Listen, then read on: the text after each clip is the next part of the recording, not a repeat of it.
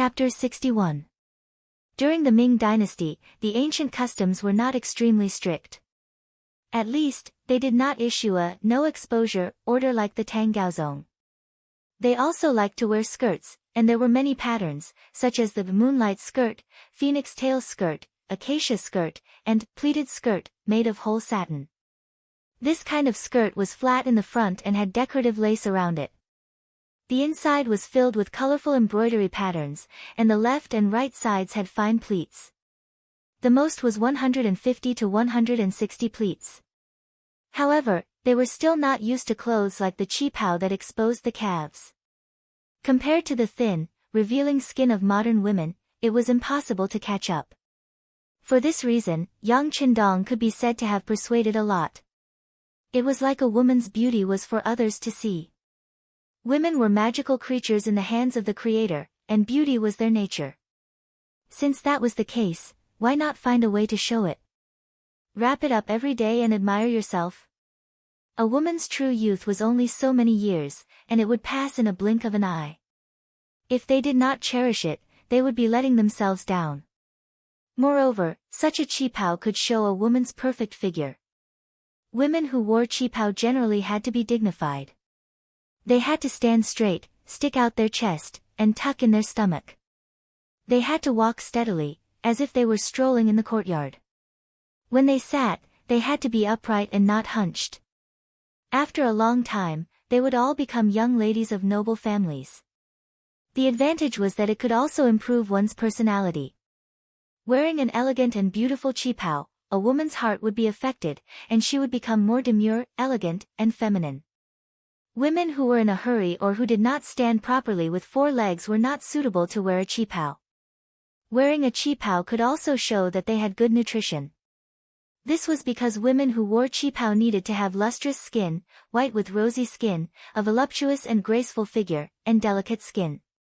Wearing a qipao like this, the clothes fit perfectly and were flawless.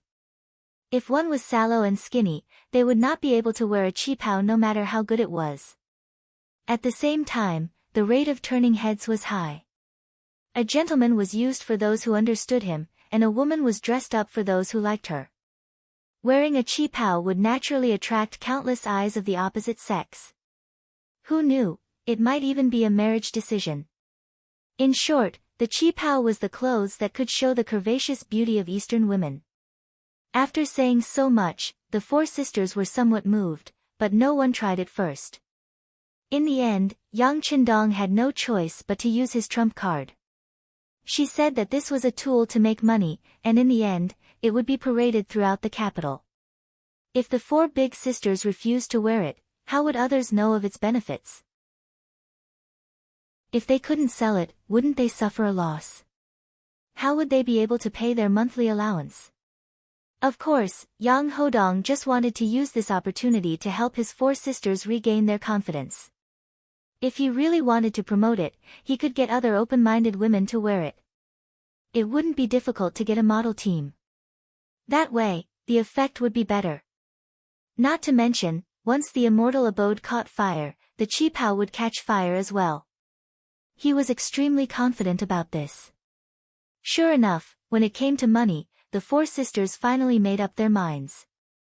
6th brother had helped them so much, if he was not even willing to pay this small price, it would be too unreasonable. Thus, the 4 sisters, including Qiao Yin, entered the fitting room with red faces and changed into qipaos. Yang Qindong and 4th brother Yang Yang sat in the main hall, sipping tea as they waited to be the first audience. After the time it took for 2 incense sticks to burn, the 5 women finally appeared in the main hall. When they walked out, because it was their first time wearing it, they were naturally a little embarrassed, even a little bashful. However, they didn't know that this made them look even more charming. At least, that was how Yang Qindong saw it. Yang Yang, on the other hand, was staring at them with wide eyes, saliva dripping from the corner of his mouth. It was hard to tell if it was tea leaves or something else. In any case, after the 5 women changed into qipaos, their auras completely changed. They gave off a completely different feeling, as if they were fairies that had descended to the mortal world. 6th brother, there should be more of these things, right? Give me a few. I'll have your sisters-in-law wear them when we get home. They'll definitely be beautiful. Yang, who reacted, didn't bother to wipe the saliva dripping from the corner of his mouth. He grabbed Yang Qindong's arm and said anxiously. Yang Qindong, who was being grabbed, hurriedly nodded. Okay, I'll give one to each sister-in-law as a greeting gift. Only then did Yang stop, satisfied. The four sisters also had a shy look on their faces. When they wore the kipeos, it gave them a feeling as if they had returned to their youth, so beautiful and bright. Of course, whether or not they had truly returned to their youth was another matter. At least in terms of mentality, they had returned to their youth. For a moment, the five women were unwilling to take off their kipeos. Moreover, their faces were bright and full of smiles. It was unknown how long it had been since such a smile had appeared on their faces. Like the four sisters, Hu Yan also had a smile on her face. Grandfather and father returned to the mansion at noon and were all smiling. Then, the housekeeper came to inform them that the whole family was having a meal tonight. A meal gathering. This kind of thing was common in large clans, but there were basically rules and regulations. For example, it would only appear during major festivals and happy events such as the New Year. But today was not the New Year, nor was it a festival, but they were having a meal together. This could only mean one thing, that something good had happened. Curiosity was human nature, especially for women. Hu Yan asked little Qing to inquire about it and gave half a tael of silver. The same was true for large families. If they wanted to win people's hearts and make more people like you until they were used by you, they had to give benefits. The servants had to live and they had to live. How could they do without money? With half a tael of silver, he quickly found out the whole story from one of Hu Xiangning's personal attendants. It turned out that what Hu Xiangning did today made the emperor happy, and he was rewarded with a spring-embroidered saber. This saber was not an imperial sword, but it still showed how much the emperor valued Hu Xiangning. With a good impression, it would be natural for Hu Xiangning to be promoted in the future. And the reason for the saber was naturally related to Yang Qindong. When the maid little Qing said that it was all because the sixth young master of the Yang clan had sounded the drum, Miss Hu Yan realized that the talent she had been hiding in her heart had actually arrived in the capital. Most importantly, little Qing also found out that it was the sixth young master who had presented the auspicious item today. It was actually a grain that could produce more than 20 dan of grain per mu. This could solve the problem of the common people's stomachs. On the spot, he was conferred the title of the Crown Prince's Chamberlain, a minor fifth-rank official. Miss, the sixth young master of the Yang clan is only 18 years old, but he is already a minor fifth-rank official. This kind of thing seems to only happen during the founding of the country. TSK. This sixth young master is truly formidable. Little Qing really wants to meet this person. Seeing the infatuated look on little Qing's face, Hu Yan pursed her lips and smiled. What's wrong? Is little Qing in love again? Then do you want me to be your matchmaker and talk to him? She originally wanted to tease little Qing, but who would have thought that little Qing would agree without blushing? Okay, little Qing will be the matchmaker. When the time comes, little Qing will be able to marry you. Ah! What? How could Hu Yan be willing to let the matter go when she heard that the topic had turned to her? The two of them immediately broke out into laughter.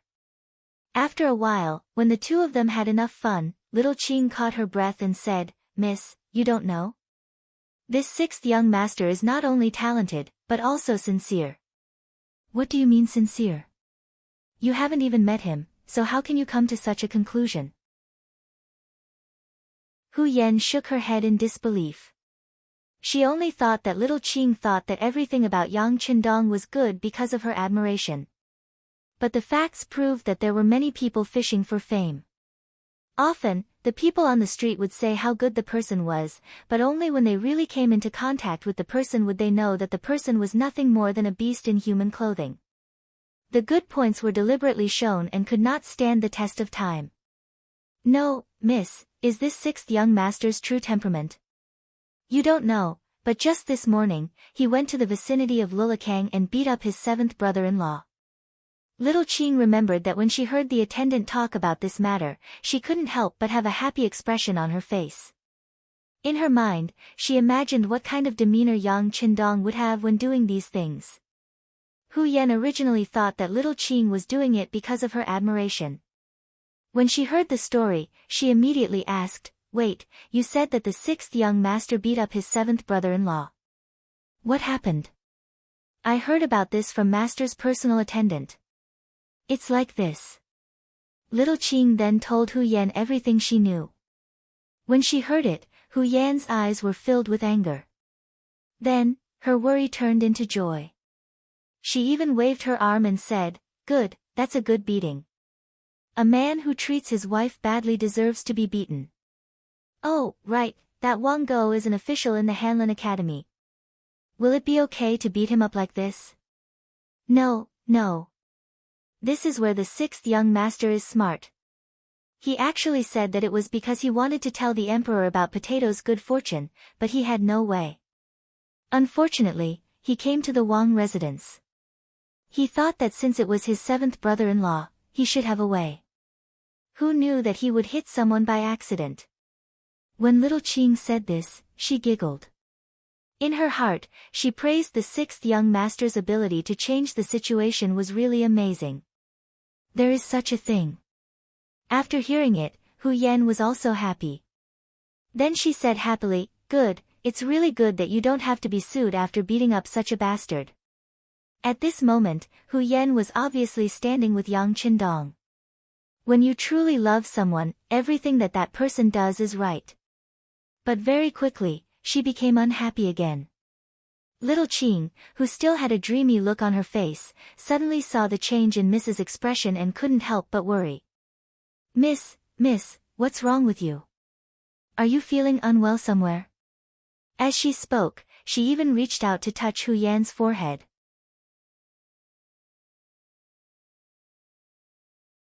Chapter 62. No. Hu Yan shook her head and dodged the jade pendant. She rested her chin on her hands and said bitterly, "Little Qing, do you think that when a woman marries into her husband's family, she really has to resign herself to her fate? Think about how lively the Yang family's seventh young miss used to be. She was also doted on by everyone in her family. But after marrying into the Wang family, she actually has to work as a maid and servant. She can't even do anything about it. It's really too hard." Knowing what little Qing was worried about, little Qing quickly shook her head and said, "That won't happen. If young miss gets married, won't master and lord stand up for you? No one will bully you." "No." Hu Yan shook her head stubbornly. The Yang family's seventh young miss's identity is also not simple. Her father is Lord Yang Rong, who is not inferior to my grandfather at all. In fact, he is even stronger. But doesn't she still have to suffer? Sigh, little Qing, I suddenly don't want to get married. Hearing Hu Yan's words, Xiaoqing didn't know how to persuade her. She sat down with her hands on her cheeks and looked out the window. Women are destined to marry, and they have to give birth to children for those men. This is our fate. But life is also divided into good and bad. If you really marry someone like Wang Go, then wouldn't your life be ruined? Wouldn't it be better not to marry and be a young lady for the rest of your life? Hu Yan shook her head. This matter had a great impact on her heart. It actually gave birth to a kind of premarital phobia that modern people had. Seeing that Hu Yan was really disheartened, little Qing was afraid. If that was really the case, then master and lord would definitely punish her. What should she do then? Thinking of this, she was also a little terrified. But then, a person's name jumped into her mind. Young miss, you can marry the Yang family's young master. You see, for his sister's matter, he did not hesitate to break the law and beat someone to seek justice. This kind of man should be trustworthy. Marry the Yang family's sixth young master. Is he really worth entrusting your life to? At this moment, Hu Yan began to seriously consider this question. Red Light Street. It was located in the outer city of the capital, near the Chongwen Gate. At night, this place was brightly lit, and countless high officials and wealthy merchants could be seen here. The Ming dynasty had rules that forbade civil and military officials from sleeping at night or going to prostitutes. Every official who slept in a brothel would be flogged 60 times. The matchmaker would be reduced by 1 level, which meant that he would have to be flogged 60 times. Even the person who introduced him would have to be flogged. The sons and grandsons of officials were also punished with 60 strokes of the plank. There was once a commander of Guangdong's Hainan Guard who came to the capital to stay there and prostitute. Shiju, Bengshi Weiyuan Guard. It meant that the people with military positions were not allowed to sleep, prostitute, or marry the musicians of the musical house. Otherwise, they would be transferred to other guard stations. However, even if it was a punishment, he would still receive his salary. There was a song about a woman who did not know the sorrow of her country's destruction. She sang the flowers of the backyard across the river. Dumu's 2 lines of poetry nailed the singers, including the prostitutes, onto the pillar of shame, as if they were born cheap. However, this was just a theory of femme fatale. Who did Shang Nu sing for? Wasn't it all for the meat-eaters who shouldered the rise and fall of the country? If there wasn't anything they wanted to hear, would the singers be so bored as to sing to the water? Sing to the trees? Sing to the wind? To put it bluntly, these poor women were just scapegoats for the incapable and unprincipled men. In this regard, Yang Qindong's view was indeed different from other people's. In his view, existence was reasonable. Just like prostitutes, they had never stopped since ancient times. Just like when the Republic was first established, they disappeared under a serious blow, but didn't they reappear as soon as the economy developed? This was originally a demand. Since there was a demand, there should be a response. As long as it was used well, it could also reduce some crimes. Of course, it should be regulated, such as paying taxes, having regular physical examinations to ensure safety, and so on. Of course, with Yang Qindong's current status, it was impossible for him to bring up these things. That would be looking for trouble. The red light district was different from the ordinary willow alleys. The legal control here was much weaker. Most of the people here had skills, and most of them sold their skills instead of their bodies. Unless they really liked each other, it was another matter. Because of this, there was no need to be so afraid of officials appearing here. Tonight, Yang Qindong came here with the mentality of looking around, and at the same time, looking for talents. As the saying goes, every profession has its own master. What did this master refer to? Of course, it was talent. Just like those female celebrities in the future, there were good ones and clean ones, but what kind of state most of them were in, only they themselves knew. In fact, deep down, they didn't want to become that kind of person, but in the big picture, what could they do? If they weren't taken, there was no show to take. In this way, everyone else was popular like this, and the successors didn't matter. But it was undeniable that no matter how they became popular, they had a certain level of ability and could be considered talents. On the way here from the Yang family village, Yang Qindong had already heard from his 4th brother that there were 2 very famous courtesans in the red light district. They were famous for their skills and were the guests of many distinguished people. Most importantly, they really sold their skills instead of their bodies.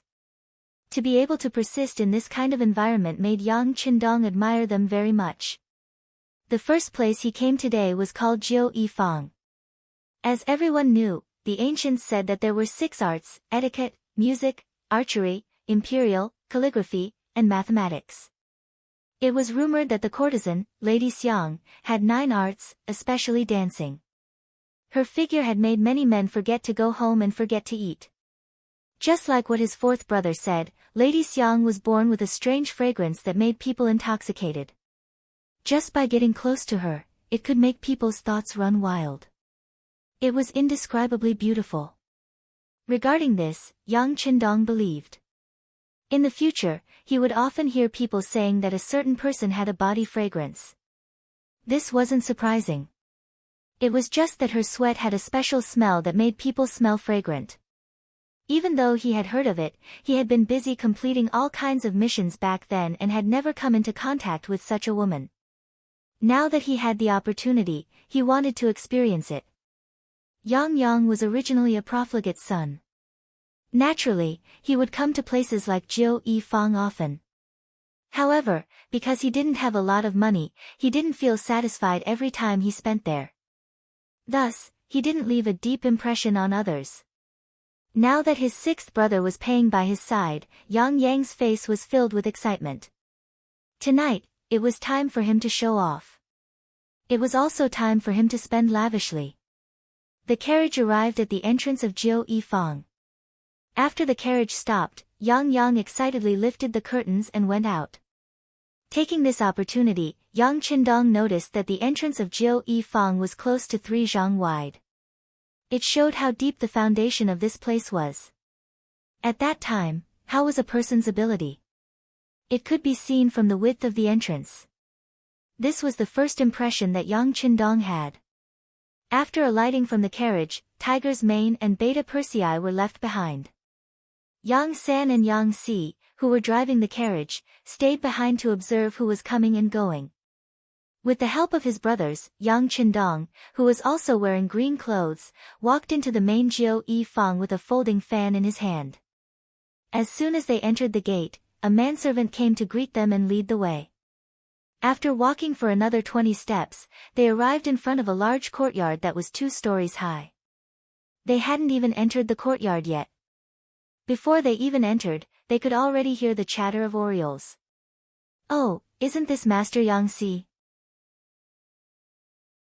A well-dressed woman in her 30s was welcoming guests at the door. When she saw Yang Yang, she recognized his identity at a glance. She immediately pretended to be surprised and shouted. Then, a fragrance wafted into Yang Yang's nose and she rushed over just like that. Ha! When Yang Yang saw this scene, he first looked up to the sky and laughed. Then, he naturally allowed the woman to rush in front of him and hold his arm.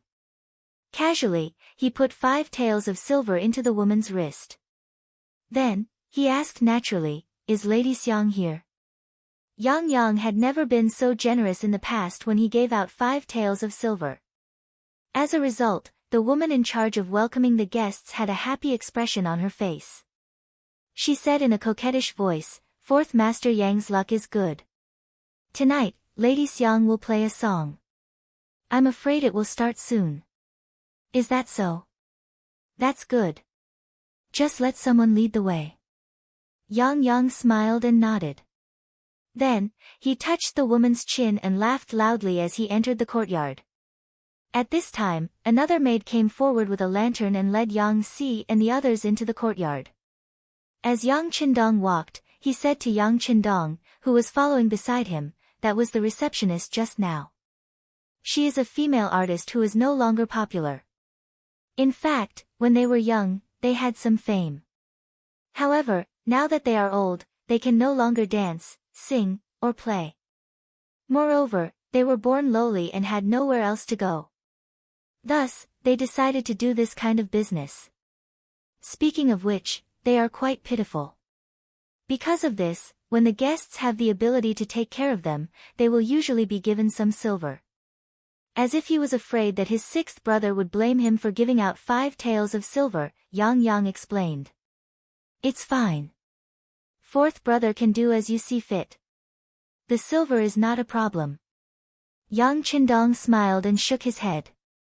To him, 5 taels of silver was really nothing.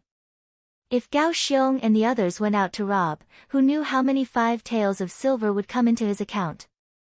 Seeing Yang Qindong's indifferent expression, Yang Yang's heart was filled with confidence. He then said to the young girl who was leading the way, "This prince is not lacking in money. Find a good place, this is your reward." As he spoke, 2 taels of silver were handed over. "Thank you for the reward. This servant will lead you to the best place." Seeing how generous the reward was to her, the maidservant's face was filled with joy, and she became even more attentive as she led the way. The courtyard was brightly lit. Who knew how many candles and lanterns were lit? Just this alone would not be a small expense. Of course, the guests who could come here all had a small amount of money. They could casually give out enough to cover the expenses.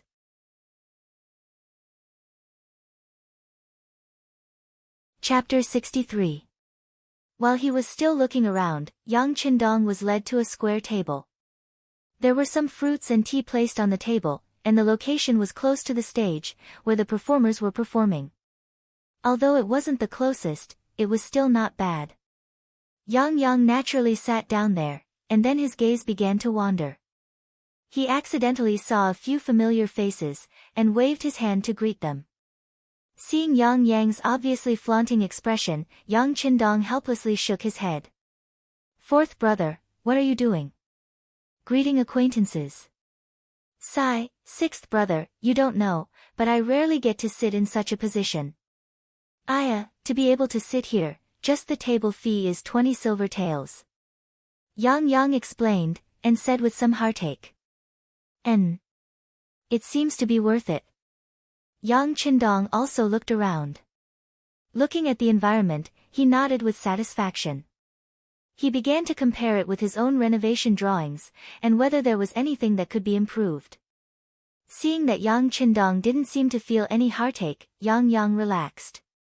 Although he was his own brother, he was still spending other people's money. It was impossible to say that he didn't feel guilty at all. He felt that he was putting on a show. In order to show that he was here, and mainly to not feel guilty in front of sixth brother, he carefully pointed at the two tables closer to the stage and said, "Sixth brother, do you see the people at those two tables?" Yang Qindong's gaze moved. In his line of sight, there were two young people in their 20s sitting at the two tables. They were dressed in brocade and satin, and had arrogant expressions. It seemed that they didn't care about anything. Knowing that sixth brother was paying attention to them, he laughed and introduced them in a low voice. "The young master in the east who looks a bit older is Su Qingzong. The one in the west is Zhang De." "Oh." Yang Qindong raised his eyebrows. "Are they the descendants of the Duke of Wei and Duke Qing?" Sixth brother is indeed knowledgeable. Su Qingzong was the eldest son of the current Duke of Wei, Su Qin. Now that his health wasn't too good, it was said that he would pass his title to this son. The one called Zhang De is only the second son of the Duke of Qing, Zhang Fu. I don't think he has a chance of inheriting the duke's position. However, I heard that he has a good relationship with his eldest brother, Zhang Mao. I think he should be able to live a comfortable life. In order to please his sixth brother, or in order to have more money to spend, Yang poured out as much as he knew. Yang Qindong nodded as he listened. He knew both of them, and the Security Bureau had done a detailed investigation before. Duke of Wei Su Qin, grandson of the Prince of Zhongshan Su De. At that time, Su De was known as the #1 contributor to the founding of the Great Ming Dynasty. Naturally, his descendants enjoyed an extremely honorable status and glory. However, the later generations were still the later generations, and there weren't any truly capable people. In addition, the previous generations of emperors were worried that their achievements would shock the emperor, so they had always suppressed the use of them, making it even harder for them to achieve anything. At present, Su Qin's health wasn't good, and he was bedridden every day. As his eldest son, Su Qingzong, became more and more popular, and his status naturally rose along with it. As for the other person, Zhang De, he was the second son of the Duke of Qing, Zhang Fu. As mentioned before, Zhang Fu had performed many meritorious deeds and could be considered a famous general. However, with the eunuchs in power, he was severely suppressed. This matter was mentioned in the previous chapter. Regardless, with the protection of the Duke of Qing, he wasn't someone that just anyone could offend. For a mere 9 arts workshop to be able to attract the support of 2 dukes' descendants, it could be seen that this Lady Xiang had some ability. Yang Qindong couldn't help but look forward to it even more.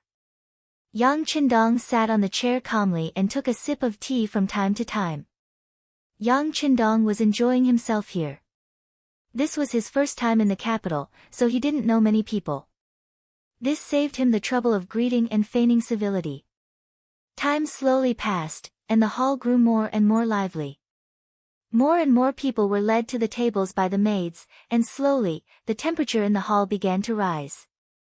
The odor of sweat began to fill the air, causing Yang Qindong to wrinkle his nose and shake his head. The ventilation here wasn't very good, so the odor couldn't quickly disperse. Just this point alone made it seem rather inferior. This wasn't like the immortal abode he was opening. Not only did it have transparent windows, it also had a layer of screen outside. In this way, it could ensure that the air was not only ventilated, but also that mosquitoes couldn't get in.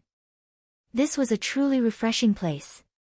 While they were waiting, or perhaps they were suffering, the number of seats in the hall had reached more than 70%.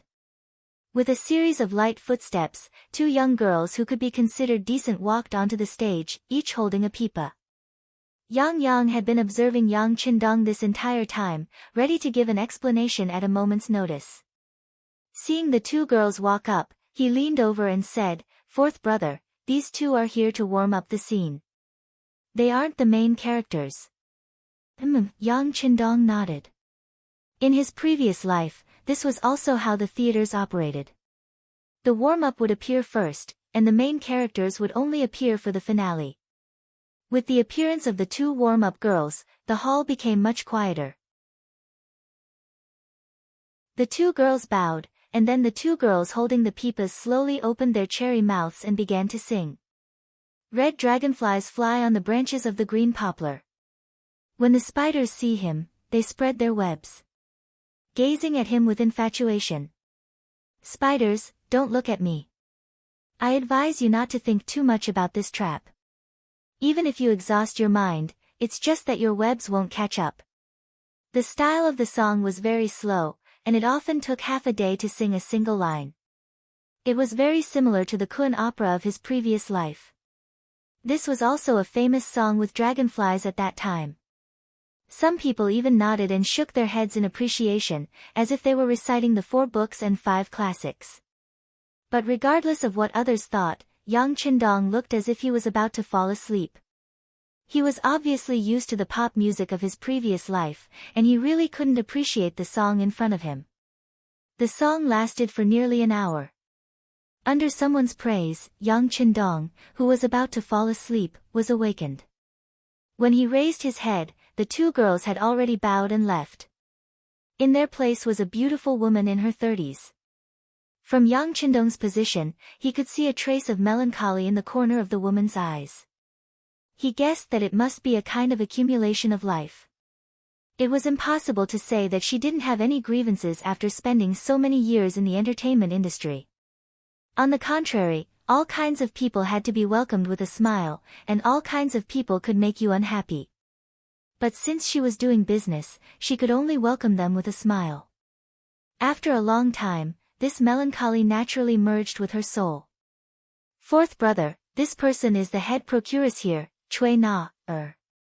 She was very beautiful when she was young, and even now, there are many people pursuing her. But all this time, she has been clean and has never had an affair with any man. Later on, she was chosen by the owner to manage this 9 arts hall. Speaking of which, she's not an easy woman." Yang, who was at the side, had a chance to show off, so how could he be polite? He envied his elder sister and younger sister in his heart. They could actually get a monthly salary of 1,000 taels from his 6th brother, but as his brother, he didn't get anything. This made him feel that it was unfair, and at the same time, he also had an idea.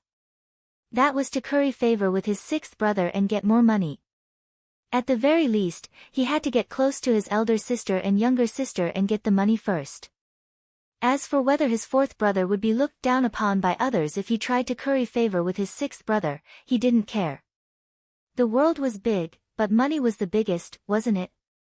Also, Cui Na has already come on stage, which means that Lady Xiang is about to come on stage. She came on stage to ask for a reward. This is also called asking for a reward.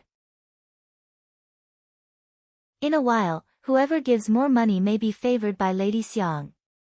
If the opportunity is good, it is also very possible to become a guest. Yang was still there chattering. At this time, there were already people throwing silver taels and copper coins on the stage. One thing to note here was that the Great Ming Dynasty didn't have banknotes, and even silver was very rare. The currency used by the Ming Dynasty was the precious banknote at the beginning of the Ming Dynasty. However, the precious banknote depreciated very quickly, so much so that it was like waste paper, and no one was willing to use it. Private transactions mainly used copper coins and silver, but before the inflow of silver from overseas in the late Ming Dynasty, the Ming Dynasty's silver stock was limited, and the imperial court prohibited the mining of silver, so the silver circulating in the market was not abundant. The time when the first banknote company appeared in China was about the first year of Daoguang in the Qing dynasty, after 1820. This first banknote company was called Rixing Chang, and it was from that time that banknotes appeared. Without banknotes, it also made it very inconvenient for people to trade when they went out. They often needed to bring a lot of silver or copper coins to trade. Just like now, people wanted to give a reward to attract the attention of Lady Xiang. For a time, silver taels filled the sky and flew onto the stage. Of course, only some small individual investors threw money on the stage. They gave too little, so they wanted to fish in troubled waters. They just wanted to prove that they were also generous people. Because they were embarrassed and had no money, they had this kind of method. For real rich people, there would be a pimp coming to the table with a plate to ask for money. Once he received the money, he would sing loudly to praise the noble status of the person who gave the money. Naturally, this kind of practice could also lead to a kind of competition mechanism, allowing more men to spend a lot of money here, so that they could have a better harvest. The pimp began to move, walking to the front of the table, and the silver taels on the copper plate began to gradually increase. Yang Hodong was watching this scene with interest. This was completely different from what he had imagined, so naturally, he was a little curious. While watching and imagining what kind of mechanism would be used when his restaurant opened, suddenly, he was awakened by a singing voice. "Thank you, young Master Wang, for the 50 taels of silver."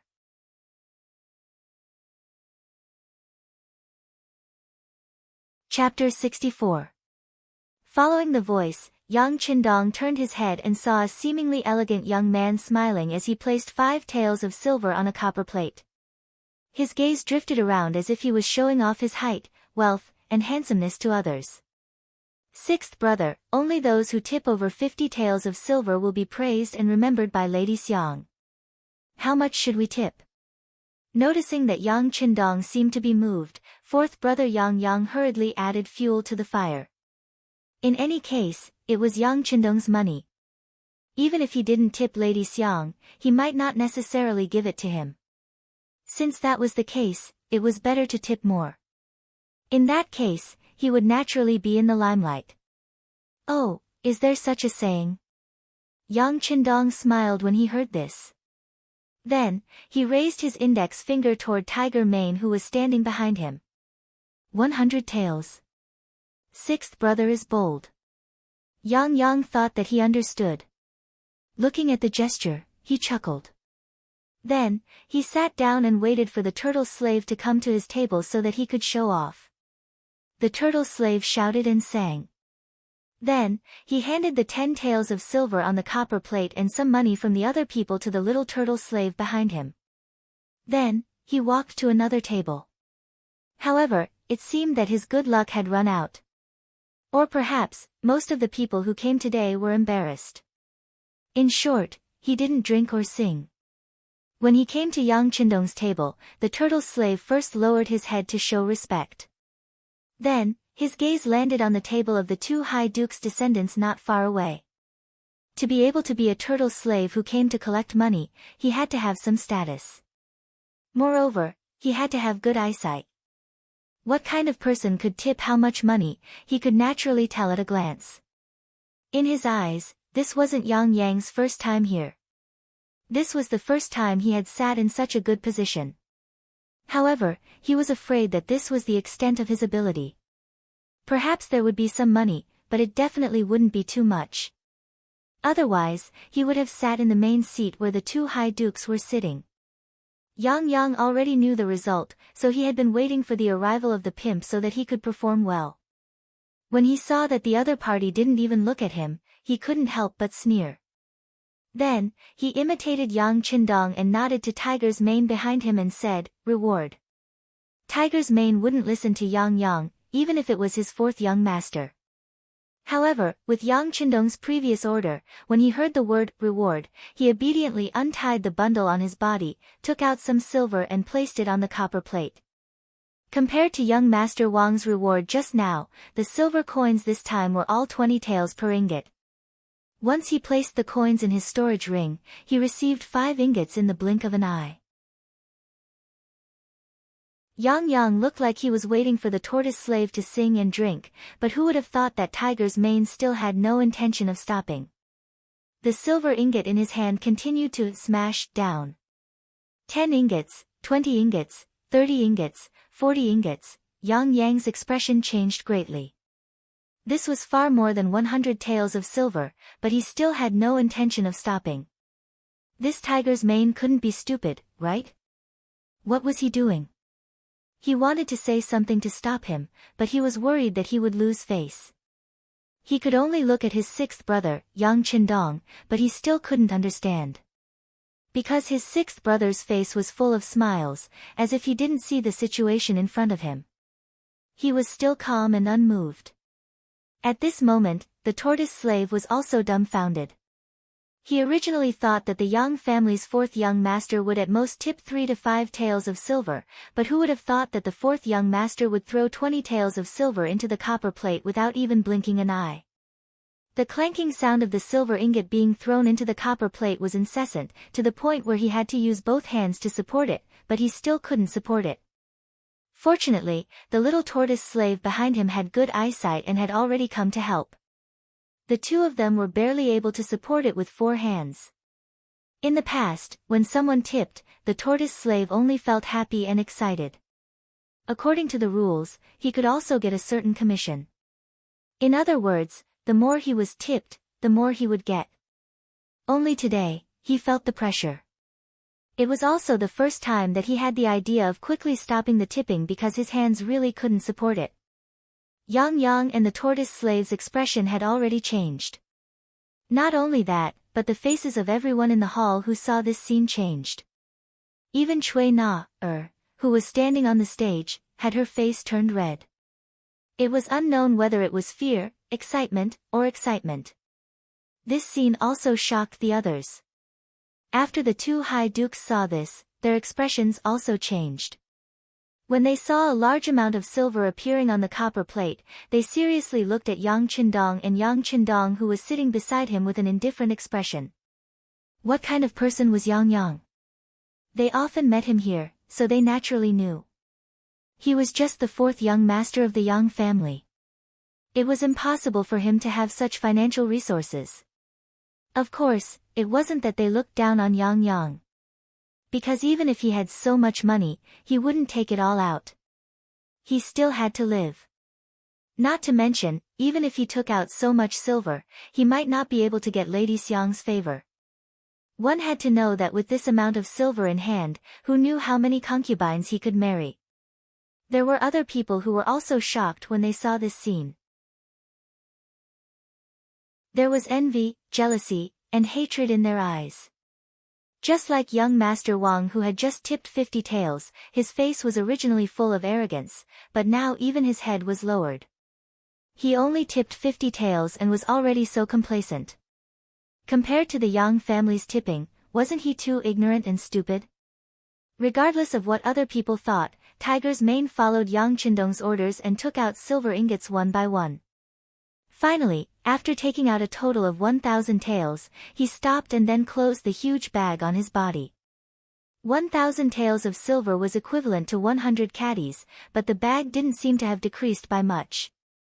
People couldn't help but wonder how much silver was left in the bag. At the same time, they couldn't help but admire Tiger's mane's strength. He didn't even bend over while carrying such a heavy bag. Looking at the 2 slaves who were already bent over by the weight of the 100 caddies of silver ingots, 2 more slaves came from afar to help. Only then did the leader find the time to sing. Yang Si has a reward, 1,000 taels of silver. As soon as the singing came out, the whole audience suddenly became quiet, but then it became noisy. Some of the friends who had greeted Yang Yang before stood up from afar and cupped their fists to look at him. At this time, they were all proud to have made such a friend.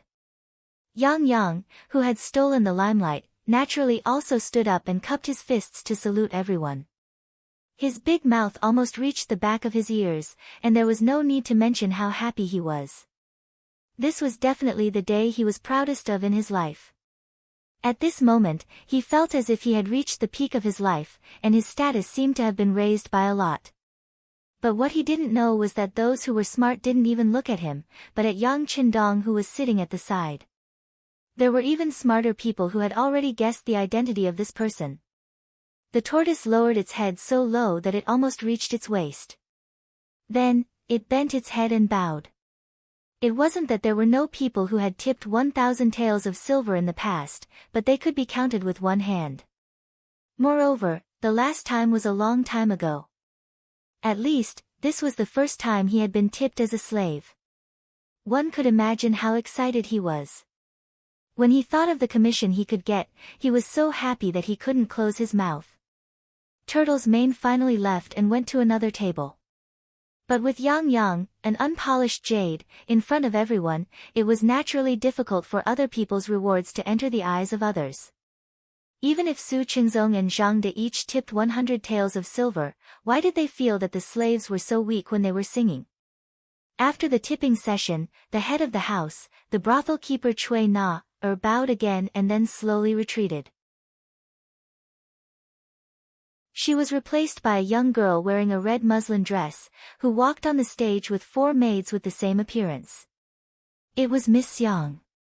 She didn't do anything, but as soon as she appeared, she immediately attracted the loud cheers of everyone in the hall. Yang Qindong looked up.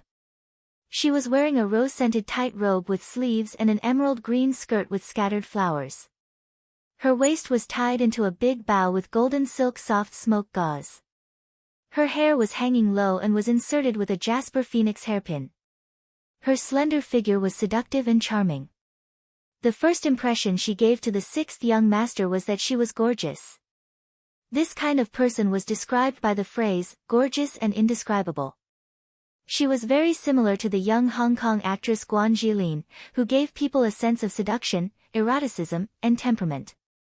When Yang Qindong looked at her, Miss Yang also looked at him. At that moment, their eyes met. At this moment, the 6th young master felt that his heart seemed to beat a few more times. 6th brother, she's looking at me. She's looking at me. This beautiful feeling was quickly disrupted by 4th brother Yang Qindong. He looked like a pig, and his saliva was about to flow out. He kept pulling Yang Qindong's sleeve and kept repeating it. Yang Qindong's thoughts instantly returned to normal. Then, the corners of his mouth curled into a faint smile. He already knew that Miss Yang was powerful. She could easily seduce people's souls. Often, with just a look, she could make a man lose control of himself. As soon as Miss Yang appeared, the scene suddenly became a little crazy. Everyone's eyes were like a rain of arrows, flying directly toward the stage. Miss Yang seemed to be used to this. She still did her own thing. First, she bowed apologetically. Then, a wooden table and a guqin appeared in front of her. Her jade-white hands gently moved forward and landed on the strings of the guqin. Then, a soul-stirring sound of the guqin was heard. In an instant, the whole place quieted down. This was the strength of the courtesan queen. She could suppress the stage in an instant and play a role in suppressing the audience. Following which, her jade-like hands continued to stroke the guqin. Beautiful melodies echoed out and entered people's ears, causing them to feel relaxed and happy.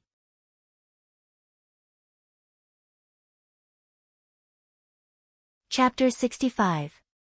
As her jade-like hands gently plucked the strings, her slender fingers quickly played on the strings. The sound of the zither was sharp and high-spirited, but not abrupt. It was like countless fierce horses galloping fiercely. Yang Qindong was also moved by this beautiful music. At this moment, the sound of the zither in his ears was both high and low. It was deep, gentle, and passionate. Just as the sixth young master was immersed in it, the sound of the zither suddenly changed and turned into a charming tenderness. Lady Xiang finally opened her mouth and slowly said, "Make an appointment with your lover, agree to finish the renovation of the peony platform and peony field when the flower blooms, wait for the flower to germinate and deliver it. It's almost the Qing festival, and the head of the flower is not growing. Thinking of last year's flower, is about to bloom. Why is it so late this year?" This was a very famous song in the Ming Dynasty, Blooming Flowers. It talked about the love between a man and a woman, and it was even very explicit. As the spectators who were extremely familiar with these songs, they naturally heard everything and nodded their heads incessantly. However, in Yang Qindong's ears, it really made him feel uncomfortable. In addition to the different appreciation of the world, Yang Qindong still thought that such a song was misleading the children by letting a beauty like Lady Xiang sing it. It was like a great singer who sang bel canto. If you made him sing a children's song, how could it give people a good feeling? Yang Qindong naturally shook his head in displeasure. Even Yang, who was beside him, did not notice this scene. Perhaps he was immersed in the beautiful voice of his wife, but there was one person who saw it clearly. It was young Master Wang, who was not far from the table. Young Master Wang naturally had a name. Wang Si, also known as Yitzi, was an editor of the Hanlin Academy, a 7th grade official position. Of course, these were not important. He had a more important identity, which was the eldest grandson of Wang Ji, the minister of the Ministry of Personnel. His grandfather was the heavenly official of the Ministry of Personnel, so one could imagine how bright Wang Si's future would be. Just now, he had been humiliated by Yang. Although he was not a vengeful person, it would be great if he had a chance to get back at Yang. When he was listening to the music just now, he inadvertently glanced at Yang's table. After all, the limelight was taken away by this table. Coincidentally, he saw Yang Qindong shaking his head. He was very sure that this shaking of the head was not the same as the shaking of the head. It wasn't the kind of reaction where they would shake their heads in admiration. Instead, it was a reaction where they didn't understand, didn't agree, and didn't like it. This time, he thought he had found an opportunity. Ignoring Lady Xiang who was still singing, he suddenly stood up from his seat, pointed to Yang's table, and asked loudly, "Brother, why are you shaking your head? Do you dislike Lady Xiang's singing?" Originally, everyone was immersed in the beautiful music. Suddenly being interrupted, and such a loud voice at that, everyone woke up from their state of enjoyment. However, when they saw that the person who flew into a rage was Wang Si, many people immediately stopped thinking about scolding him. Lady Xiang was immersed in singing and was suddenly interrupted, so she was displeased. However, when she saw that it was Wang Si, she knew that she couldn't afford to offend him. However, since she was on the stage, she naturally had to stand up and give her greetings. Then, with a voice as pleasant as an oriole's, she said, "Young Master Wang, I'm really sorry, Lady Xiang, this has nothing to do with you. I'm talking about the person who was dissatisfied with the music. Hey, I'm talking about you. Since you have the guts to shake your head, why don't you have the courage to stand up?" Wang Si interrupted Lady Xiang. If it were any other time, he would probably be very happy that this woman took the initiative to talk to him. However, he was angry now, and he was complaining about the injustice for the goddess in his heart. Naturally, he wouldn't answer more questions. The spearhead was pointed at Yang Qindong. From the moment Wang Si shouted, Yang Qindong knew that he was referring to someone, and the person he was referring to was him. Originally, he shook his head because he wasn't used to the music of this era. In addition, he felt that with Lady Xiang's condition, singing such a song was really uncultured and beneath his status. However, he didn't expect that he would be discovered and pointed out on the spot. His fourth brother, Yang, had already mentioned Wang Si's identity. He was the eldest grandson of the Minister of Personnel, Wang Ji. With such an identity, it was natural for him to be full of confidence and arrogance. Of course, this was only in the eyes of others. In Yang Qindong's eyes, it was nothing more than a fleeting cloud. Not to mention Wang Si, even if his biological grandfather, Wang Ji, was here, Yang Qindong would do what he should do. He would never let himself be wronged because of the other party's identity and let others criticize him. Therefore, after glancing at Wang Si, he chuckled and said, "What's wrong? Could it be that there's a rule that the listener can only praise the song and can't have other opinions?" This. Wang Si was speechless.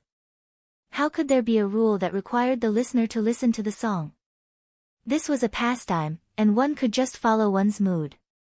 However, although there was no rule, the person performing on the stage was Lady Xiang. She was the person that Wang Si had been thinking about day and night. If it wasn't for her background, he would have begged his grandfather to take her as a concubine. However, the top courtesan was also a lowly person. Based on this rule, she could never enter the Wang family. As the saying goes, the best is what you can't get. It was precisely because he couldn't get her that Wang Si felt the benefits of Lady Xiang. If he had extra money, he would definitely come to support her. Yang Qindong really looked down on the goddess in his heart. Based on this, he couldn't take it lying down. Yes, there isn't any law that stipulates this, but everyone who comes here is here for Lady Xiang. Are you going to say that they aren't? If you're not, why are you here? Please leave now. As he spoke, Wang Si pointed in the direction of the door with an indignant expression. Wang Si lived up to his name. He was indeed very smart. Knowing that he couldn't use the law, he used Lady Xiang's name. For a moment, it aroused the anger of the crowd. Most people stood up and pointed angrily at Yang Qindong in order to curry favor with Lady Xiang. They said, "If you don't want to watch, get out now." Not far away, the descendants of the two Grand Dukes didn't join in the condemnation. Instead, they watched the scene with great interest. They had already guessed Yang Qindong's identity. It was very likely that he was the sixth young master of the Yang family who presented the great gift to the emperor today. Because of this, he was given the position of secondary grade 5 servant to the crown prince. With such a big gift and the previous incident with Yang Bao, they didn't think that he was a master that could be easily manipulated by others. However, the situation was not good now. They wanted to see how the sixth young master of the Yang family would break the situation. So many people suddenly pointed their spears at Yang Qindong. Tiger's mane and Beta Persei instinctively wanted to flash in front of the young master to protect him.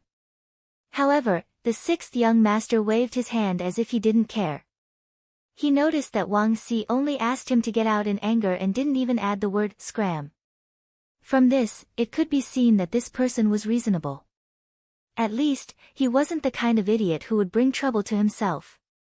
To put it bluntly, it was nothing more than the fact that he had previously overshadowed Lady Xiang with his gift. In addition, he had shown a trace of disrespect to Lady Xiang, which led to the incident. This was just the thought of a young and frivolous person. If it were any other time, Yang Qindong would have just laughed and left the place after that. If he did this, perhaps others would say that he was weak. However, real weakness didn't depend on how others evaluated him. It depended on whether he had a strong heart. There was no doubt that Yang Qindong had a strong heart. However, he still wouldn't leave, not for any other reason but because it didn't fit in with his plan. From the moment he entered the Nine Arts workshop, Yang Qindong had been implementing his plan to recruit talents. This included the 1,000 taels of silver as a reward. It seemed like he was spending a lot of money, but in fact, he was just using this opportunity to leave a deep impression in Lady Xiang's heart. Then, he could use this opportunity to chat with her. He believed that with his understanding of music, it wouldn't be difficult to persuade her to join his force. Because he came with the intention of recruiting her, and Lady Xiang was a talent who met his standards, he couldn't just leave so casually. Losing face was a small matter, but ruining his plan was a big matter. "Are you young Master Wang?" Yang Qindong decided to fight back. At the same time, this was a good opportunity for him to perform. As long as there was an opportunity, he would grasp it tightly. "Yes. Wang Si saw that Yang Qindong wasn't displeased by his words at all. On the contrary, he treated him with respect, so the anger in his heart lessened. I'm Yang Qindong. Greetings. The sixth young master chuckled and cupped his fists. After announcing his name, Yang Qindong waited to see the changes in everyone's expressions. Reality didn't disappoint him. As expected, many people's expressions changed drastically. Regardless of whether it was Yang Bao or today's auspicious item, potato, they were enough to make him famous. He wasn't a nobody. As the saying went, a person's name was like a tree's shadow. After his name was announced, many people's attitudes changed.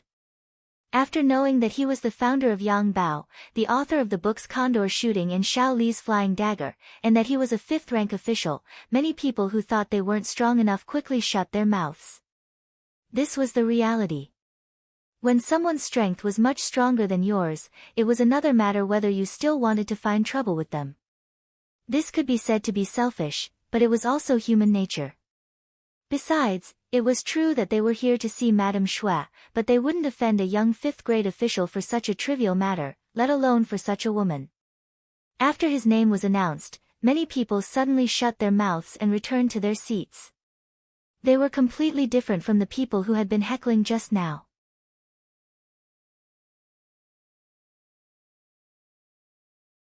Chapter 66. Wang Si frowned slightly when the situation changed. Then, he quickly adjusted his mentality and sneered, "What's wrong? Yang Jima, are you trying to oppress me with your power?" No, I just want to announce my name so that everyone can criticize me better." Yang Qindong smiled and waved his hand. Then, he changed the topic and asked. Young master shook his head because he felt that such a song was not suitable for Miss Xiang to sing. The song was too bitter, so he shook his head. "I didn't expect young Master Wang to see it. Hee, it's embarrassing." Wang Si took the initiative to say that he shook his head. It showed that he did not look down on Miss Xiang, but it was because the song was not suitable. In this way, it immediately attracted Miss Xiang's gratitude on the stage. Madame Xiang was unhappy that Madame Xiang had pointed the spearhead at her. She was just a courtesan. In the end, she was just a somewhat famous actress. Everything she did was just to earn more money and live a better life. In her later years, she would have something to rely on. How could she be willing to participate in the struggle? On the surface, these people were complaining for her, but they just wanted to perform well. They wanted to leave a deeper impression on her so that they could take her body. She had seen this kind of thing many times. No matter what the result of the fight was, it seemed that it would only be bad for her and not good for her. However, this was how it was in the entertainment field. The fighting and scheming between the top courtesans and the mutual deception between the guests was unavoidable and could not be avoided. She wanted to withdraw from the stage when such a thing happened just now. However, these people came for her. If she withdrew now, she did not know what kind of trouble it would cause. Just when she was helpless, Yang Qindong took the initiative to stand up and said that it had nothing to do with him. How could Miss Xiang not be grateful? With just a few words, Yang Qindong took all the blame on himself. In this way, it seemed that he was magnanimous and decent, not caring about other people's faults. Wang Si saw that Miss Xiang had been taken out of the picture as soon as Miss Xiang said those words. Wang Si's momentum had weakened, and Miss Xiang didn't even intend to pursue the matter. If Wang Si still fought for justice for Miss Xiang, wouldn't it be a little petty? He was smart at the moment. Since he could not put the blame on Miss Xiang, he would put the blame on Yang Qindong. Let's see how Yang Qindong would explain it. "Oh. In that case, we have wronged the sixth young master." Wang Si only said that he was the sixth young master and did not mention his official position. This was also smart of him. After all, if he had to call young Master Wang's official position, it would only weaken his momentum. But the sixth young master has always been a man of many talents. The books he wrote are even more wonderful, making people forget to eat and sleep after reading them. If he is so talented, he must have a good opinion on the path of music. Wang Si is not talented, but I am willing to learn a thing or two. Wang Si was unyielding, or rather, he wanted to use this opportunity to get back at young Master Wang. As long as Yang Qindong said that he did not understand the path of music, he would attack Yang Qindong for saying that he did not understand the path of music. If he were to say that he understood the way of music, then he would definitely have to perform a song on the spot. If that was the case, then wouldn't a dignified imperial scholar, a fifth-ranked official, have to sing some kind of romantic and elegant song? Wouldn't that be a laughingstock? All in all, this was a dead end where everything he said was wrong. There was no lack of smart people in the hall. After hearing Wang Si's words, they looked at Yang Qindong with a gloating expression, waiting for him to fall into their trap and be humiliated. Fourth brother Yang Yang was naturally a smart person. One had to know that being a dandy in the capital was not something that could be done with a little status. Most of the time, one had to use their brains. Seeing that someone was pointing at his sixth brother, he stood up agitatedly, wanting to refute the accusation. However, before he could say anything, Yang Qindong grabbed his arm, and then a huge force came, forcing him to sit back in his chair. Yang Qindong was still wondering where his sixth brother got this strength from when he heard Yang Qindong's voice. It seems that this young master knows a little about the path of music. Ah! Did he just admit it? Hearing this answer, everyone in the audience suddenly became excited. In their view, the best way for Yang Qindong to deal with this matter was to leave without saying anything. It was fine if he lost some face like that, but at the very least, it wouldn't cause too much of a commotion. But since he had admitted to it, how could Wang Si let him off? Sure enough, when he heard Yang Qindong say that he knew a little about the path of music, Wang Si was overjoyed, and he quickly said, "Oh? Then I wonder if sixth young master can sing a song so that we can see what kind of song can be considered a good song. What kind of song can make people shake their heads?" Wang Si spoke quickly, as if he was afraid that Yang Qindong would go back on his words.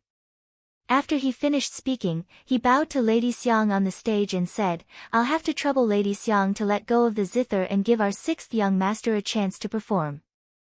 This action was equivalent to putting Yang Qindong on a horse. At this moment, if the sixth young master backed out, he would only be seen as a braggart and would be looked down upon. "Ah! Sixth brother, you can't. I remember that there is an urgent matter at home. Let's go back first." Seeing all this, Yang Yang finally realized that the matter had become serious. He quickly stood up and spoke in a voice that others could hear. "Ha ha ha!" Suddenly, there was a burst of laughter. Obviously, everyone could see that Yang Yang was looking for a way out and an excuse to leave. Yang Yang's reaction is quite fast. Su Qingzong, the son of the Duke of Wei, who had been sitting at the table and watching the show, laughed with a trace of admiration in his eyes. In his heart, he also thought that this was the only way out for Yang Qindong. Not only Su Qingzong, but almost half of the people thought so. Some of them even looked disappointed because the show was about to end and there was no more fun to be had. Just when everyone thought that Yang Qindong would definitely leave, he suddenly asked, "It's so late. Nothing will happen at home. If there is something, it will be something in your heart." He rejected it. Everyone heard Yang Qindong's voice clearly. Then, they looked at him with eyes full of surprise, curiosity, and even more excitement. Yang Qindong finally couldn't stand the provocation and entered the trap. If that was the case, wouldn't there be a good show to watch? They thought that after tonight, they would be able to boast to their friends that they saw a fifth-rank official of the imperial court singing a love song. That would definitely be a shocking thing. "Sixth brother, you." Yang Yang had already given him a way out and didn't hesitate to attract the ridicule of others. He never thought that his sixth brother would reject his kindness. For a moment, he was stunned and didn't know what to say. On the other hand, Yang Qindong patted his fourth brother's shoulder lightly to express his gratitude for his kindness. Then, he laughed and walked towards the spectators' stand. Yang Qindong's action quickly attracted the attention of everyone present. Some people were still in shock and hadn't recovered from their shock. What's going on? Is the sixth young master of the Yang clan really going up to sing a love song? If that's the case, then there's going to be a big joke. Although there was no rule saying that an official couldn't do that, such a thing was a disgrace to the educated. Presumably, after this matter, someone would impeach him in the imperial court. If something went wrong, it would create an eternal joke that he would be promoted today and dismissed tomorrow. At this time, even Su Qingzong and Zhang De, the descendants of the two marquises, couldn't help but stand up. They all felt the seriousness of the matter. If they were really impeached in the imperial court, as the people present, they would definitely be reprimanded because of this. Later, their father would probably ground them or something like that. On the stage, Lady Xiang had been standing there in shock and didn't know what to do. Of course, she knew what the imperial court's attitude towards them was. She also knew what serious consequences would there be once the sixth young master of the Yang clan, a fifth-rank official of the imperial court, sang on the stage in front of her. If the punishment was light, the 9 Arts workshop would be confiscated and people would be assigned to the musical house, officials, prostitutes. If the punishment was heavy, they would be assigned to the frontier and banished to the army. That would be a fate worse than death. Thinking of these terrible consequences, Lady Xiang naturally stepped forward and wanted to stop Yang Qindong. However, before she did so, the sixth young master showed a confident smile. Lady Xiang, stand aside and listen to the new song I brought. What do you think? It seemed that she was infected by Yang Qindong's smile, or perhaps she was forced by his momentum. In short, at this moment, Lady Xiang took several steps back and gave the stage to Yang Qindong, who was in a cyan robe. Standing on the stage, Yang Qindong found that he could see everyone in the field more clearly. Then, he smiled. Then he said, after listening to the song, Blooming Flowers, I felt that although it was artistic, it was still too sentimental. It couldn't be sung by everyone and was catchy. What? Everyone can sing it? Catchy? The people who heard it were shocked. Are you kidding? Who are they? How could it be possible for her to sing so casually? Wouldn't that be degrading themselves? Of course, no one would admit that the song at that time was too difficult and that not everyone could sing that tune. No one would admit that they were not capable enough. It seemed that he had known that everyone would be surprised. Yang Qindong laughed and said, the song that young master is going to sing next also has some artistic conception, but more importantly, it is catchy. Unless the 5 notes are really incomplete, everyone can learn it after learning it once. Next, I'm going to embarrass myself. Beta Persei, give me the thing. Yang Qindong's shout startled everyone, but then a black shadow flew out of the air and fell steadily into Yang Qindong's hand. Then he took off the black cover that wrapped the thing. Suddenly, something that looked like a pipa but was not a pipa fell into everyone's sight. Yang Qindong carried it on his body.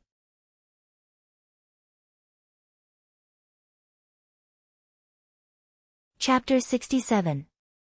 It was a guitar, and it was also a modern product.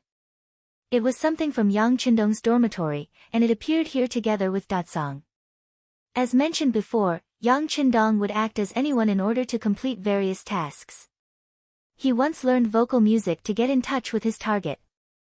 Now was the time for him to put on a good show. With the guitar in his hand, Yang Qindong's confidence overflowed. He originally brought this thing with him to discuss things with Lady Xiang. Yang Qindong knew that for talented people, especially people like Lady Xiang, money could only be the third most important thing. Love and talent were the most important things for them. Love was something that Yang Qindong couldn't give them now. He didn't even have a wife. If he married a slut first, he didn't know how others would criticize him. At that time, it was really a matter of public criticism. Since that was the case, he could only give them talent. He believed that the beauty of music was universal. Just like the people in the future, there were people who liked Beijing opera and Kunku opera. He did not believe that the songs of the future would not work in this era. The popular and catchy feeling would be unforgettable once they came into contact with it. For example, the few military songs that he taught were already proof. Even if the military songs could be accepted by the people of the current era, he also asked Xiao Yu. She said that the military songs were really good. The beautiful melody was not something that those people of the current era could sing. It was Xiao Yu's words that gave Yang Qindong confidence. That was why he dared to stand on this stage and perform. However, even though he was confident in his heart, Yang Qindong still did not want to use something too advanced to stimulate others in the beginning. For example, if he used Jay Chou's nunchaku, the speed of the singing would probably be too fast. With a hum and haha, people would be confused. If they could not hear it clearly, how could they learn it? Therefore, he had to first use something that was more popular and more accepted in this era. Although it was as distant, at least they could understand the meaning of the words. Today, not only was Yang Qindong going to sing, but he was also going to teach. The people present were his first batch of listeners and students. Now that he had decided to sing, everyone in the hall held their breaths. They wanted to see what the sixth young master, who was known as multi-talented, was going to sing. Just as everyone was building up their emotions, Yang Qindong suddenly put his guitar behind his back and said with a smile, "Since everyone is giving me face, today, this young master will follow the rules and do something exciting. How about it?" Although the question was asked, there was no reply for a long time because no one knew what he was going to do. Only Tiger's mane and Beta Persei reacted quickly and answered loudly, "Okay." The two of them were used to the sixth young master being outstanding.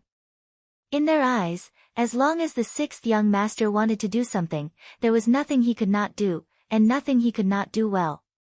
Singing was naturally the same. For example, weren't those military songs from the sixth young master's mouth? Now that they all knew how to sing, everyone said that it was good. Ha! Seeing that there were only two people supporting him, Yang Qindong did not care. Instead, his body first relaxed, then tensed up. He immediately took out his singing skills, and then a loud and clear voice came out from his mouth. "That day, Grandpa took me to see Beijing Opera. I saw a lot of big faces on the stage. Red, white, yellow, green, blue, grinning and staring. They sang and shouted at the same time. Wow, wow, wow, wow, wow, wow, wow. It was like thunder, chattering in my ears." His opening speech had shocked everyone. That clear voice, without any hesitation, knocked on their hearts like a hammer, making them feel carefree for no reason. The blue-faced Doer Dun stole the horse, the red-faced Guan Gong fought Chang Sha, the yellow-faced Dian Wei, the white-faced Chao Chao, the black-faced Zhang Fei, called Cha-Cha. Suddenly, the climax began, which was the easiest part for people to learn to sing. As soon as the lyrics came out, many people became serious and even excited. At this moment, Su Qingzong and Zhang De opened their mouths wide.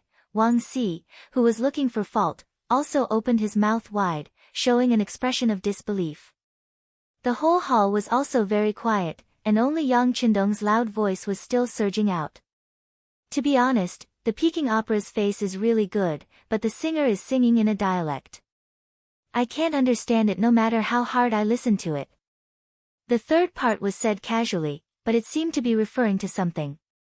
The rhythm of Lady Xiang's singing was too slow, and even people who heard it for the first time couldn't understand it. As soon as the words came out, it was obvious that Lady Xiang, who was standing aside and didn't know what to do, hurriedly lowered her head. It was not because she was afraid, but because she was shy. Then came the climax. The purple heavenly king holds the pagoda, the green devil fights the yiksha, the golden monkey king, the silver demon, the gray elf, ha ha ha. In order to let people in the hall understand the meaning, Yang Qindong tirelessly sang it 5 times in a row. He didn't stop until he felt that his throat was a little dry. Fortunately, on the 3rd time, at the climax, there were already people singing along. After all, as Yang Qindong said, the lyrics and melody were simple, easy to understand, and easy to sing. By the 4th time, more and more people began to sing along. By the fifth time, more than half of the people could already sing along with the song. Just when everyone was used to the melody and wanted to continue singing until the end, Yang Qindong suddenly stopped. He couldn't sing "Rap Mask" too softly. He really felt that his mouth was dry. Fortunately, there was someone who understood him. Tiger's Mane had already prepared tea and was waiting by the side. When he saw the sixth young master stop, he quickly handed him the tea. After Yang Qindong drank it up, he turned around and walked back to the stage. At this time, too many people were still immersed in "Rap Mask." It was the first time they heard such a simple and high-spirited song, and they felt that it seemed to be something prepared for their men. For something like this, what's the harm in singing it in front of others? What's the harm? Just when everyone was still immersed in this passionate "Rap Mask," a very light voice suddenly sounded. After everyone was stunned, they looked at the stage and saw Yang Qindong gently moving the guitar while speaking softly. A long time ago, there was a firearms camp. Song Laosan and his family lived next to them. They had nothing to do and even smoked big cigarettes. Big cigarettes existed in the 6th dynasty's era and were used as a tribute in the Tang dynasty. There were already many people who smoked in the country in the late Ming dynasty. The old couple had no children, so they gave their daughter a pet name, Delian. When Delian grew to the age of 16 or 17, she was really slim and graceful. The matchmakers kicked the door down, but Song Laosan and his wife only ate, drank, and played all day long. They didn't care about their daughter's marriage. Later, they met a young farmer, Tong Xiaolu, and the two of them fell in love secretly. Once, Tong Xiaolu came to Delian's house. The two of them were secretly having a rendezvous and were discovered by their parents. This time, they got into big trouble. It was an insult to their ancestors and a disgrace to their family. Delian's father used a leather whip to beat Delian until her skin and flesh were torn open. He gave her a kitchen knife, a rope, and a pair of scissors and told her to kill herself. In the end, Delian was forced to jump into the Qingshui River at the entrance. When Tong Xiaolu heard that Delian had jumped into the river and died, he brought the joss paper to the Qingshui River. On a windy and rainy night, he came to pay respects to his sister Delian. After paying his respects, poor Tong Xiaolu also jumped into the river. This was a tragic love story where both sides died for each other. First, he narrated the story in a narrative way. Then, the sound of the guitar accelerated, accompanied by Yang Qindong's clear voice. The tip of the peach leaf is sharp, and the willow leaves fill the sky. Dear Lord Ming, listen to me carefully. This matter happened at Shijing's Blue Indigo Factory. In the Blue Indigo Factory's firearms camp, there is a Song Laosan. Speaking of this Song Laosan, the couple smoked a lot and never had a son to give birth to a daughter, Chan Wan. Amidst the soft singing, the story was slowly spat out. The content was clear and the melody was easy to understand. It allowed people to quickly immerse themselves in it. The people in the audience who were originally agitated by the rap mask began to calm down. Then, they were brought into the story and could not extricate themselves. In particular, Miss Xiang, who was standing at the side, was already in tears. It was obvious that she had judged others by herself and thought of herself. In some ways, how could they not be the same? There were many things that were beyond their control, especially when it came to love. How could they have more choices? Yang Qindong's voice continued. He still wanted everyone to understand. After the first time, he only paused for a moment before singing the second time. Then, on the third time, Miss Xiang had already adjusted her emotions. She held the guqin and began to cooperate with Yang Qindong. It had to be said that the top courtesan was indeed the top courtesan. In terms of understanding and acceptance of music, she was indeed much faster than Yang Qindong. At least if it were him, it would be very difficult for him to completely understand the melody after listening to it twice. Miss Xiang did it.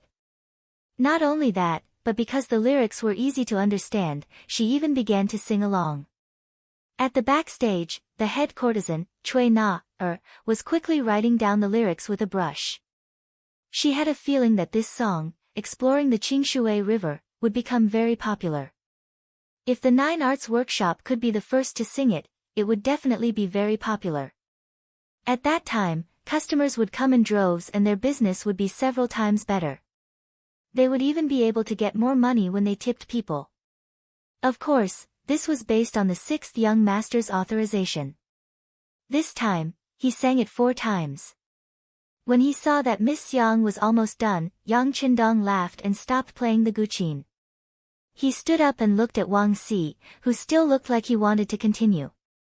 "Young Master Wang, what do you think of my song?"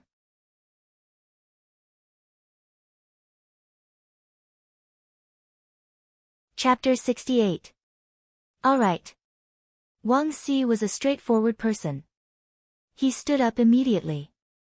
Not only did he say good, but he also sighed and said apologetically, "Wang Si underestimated the sixth young master previously. I sincerely apologize to you. I hope the sixth young master won't take it to heart." "Ha, what's there to take it to heart? Speaking of which, you also contributed. If you hadn't provoked me like this, I'm afraid this young master wouldn't have dared to come up on stage and embarrass myself." Yang Qindong laughed without the slightest hint of blame. Wang Si was also a clever person. He smiled and said, "Then we won't have the good fortune to enjoy such beautiful music, right?" Ha ha ha. Immediately, the two of them smiled at each other and the enmity between them disappeared. The others immediately applauded. Affected by the atmosphere, Duke Wei's son, Su Qingzong also stood up. He was obviously older than Yang Qindong, but he still cupped his fists and said, "Sixth young master, Su Qingzong rarely admires people. You are one of them. Greetings." "Greetings, eldest young master Su." Yang Qindong didn't expect Su Qingzong to stand up at this time. This was the descendant of Duke Wei and would be the next Duke Wei. He didn't dare to slight him and cupped his fists to return the greeting. On the other side, Duking Zhangfu's second son, Zhang De, also stood up and cupped his fists. "Sixth young master, your performance and music are indeed easy to understand and catchy. Zhang De intends to make friends with you. But I wonder if there are any other songs for people to enjoy." When Zhang De said this, everyone's eyes fell on Yang Qindong. Even Lady Xiang's face was full of anticipation. "Ha, haven't you enjoyed enough?" Yang Qindong laughed heartily. He thought that he had to strike while the iron was hot. While these people were still able to accept the new music, he should release some more. Immediately, he nodded heavily. "Alright, since that's the case," second young master Zhang also said that we should make friends. "Since that's the case, I'll give everyone a song called Friends." With a smile, Yang Qindong picked up the guitar on his body and began to play it gently.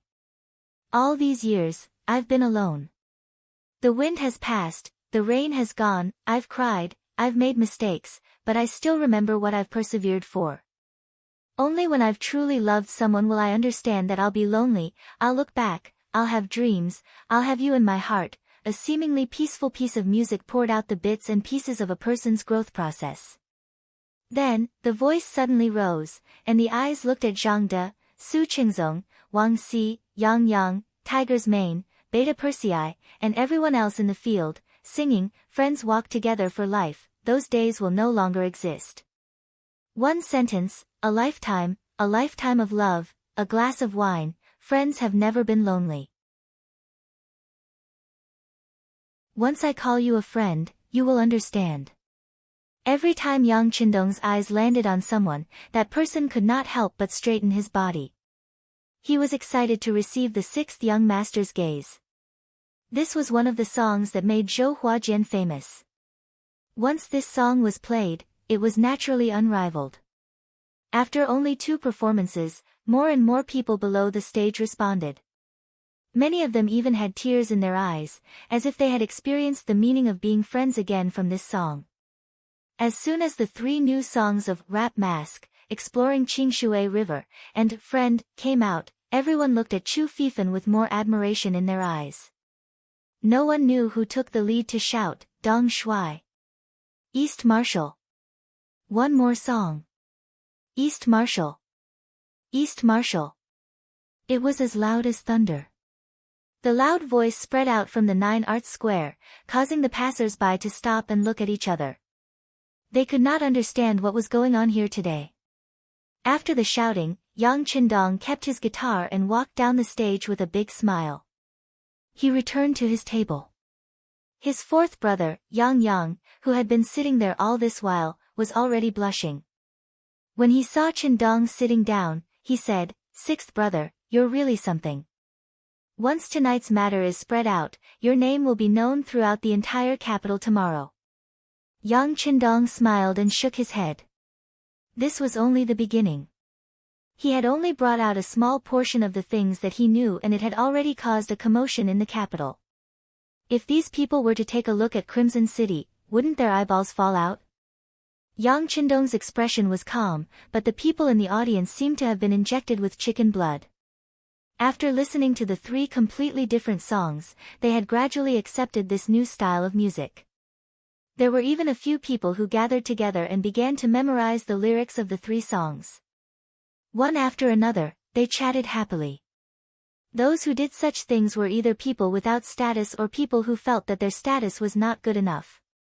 For example, the son of Duke Su Qingzong, the second son of Duke Qing, Zhang De, and the grandson of Wang Ji, the Minister of Personnel, Wang Si, did not bother to do such things. Instead, they held their wine glasses and walked over to Yang Qindong's table. Those who were able to come to the 9 Arts Square and become regulars here were all people who loved music. The 3 people who were shocked by the 3 songs took the initiative to walk over to Yang Qindong's table. It was not because he was a secondary class, rank 5 official at such a young age, but because they admired his talent. The 3 songs just now allowed them to understand what it meant to be a high mountain and flowing river, and what it meant to be a heavenly sound. It could be said that the appearance of the 3 songs had completely overturned their understanding of music. At this moment, they were truly impressed by Yang Qindong's talent. Walking over to him was just an act of goodwill. Naturally, Yang Qindong, who wanted to make friends with influential officials, would not let go of such an opportunity. He immediately drank and chatted merrily with the 3 people. Including fourth brother Yang, there were 5 people in total. They chatted merrily, and laughter could be heard from time to time. Dong Shuai, these 3 songs of yours are truly unforgettable. It's so refreshing. Su Qingzong, who was shaking his head, said with a flushed face. That's right. Compared to the songs I've heard in the past, it's obvious who's better. I'm afraid that I'll have to suffer in the future. Zhang De, the second son of Duke Qing, had a look of pity on his face, as if he was sad that he would not be able to hear such songs in the future. Sigh, second young master Zhang, you're right. With Dong Shuai around, why would we worry about not being able to hear such beautiful songs in the future? Isn't that right?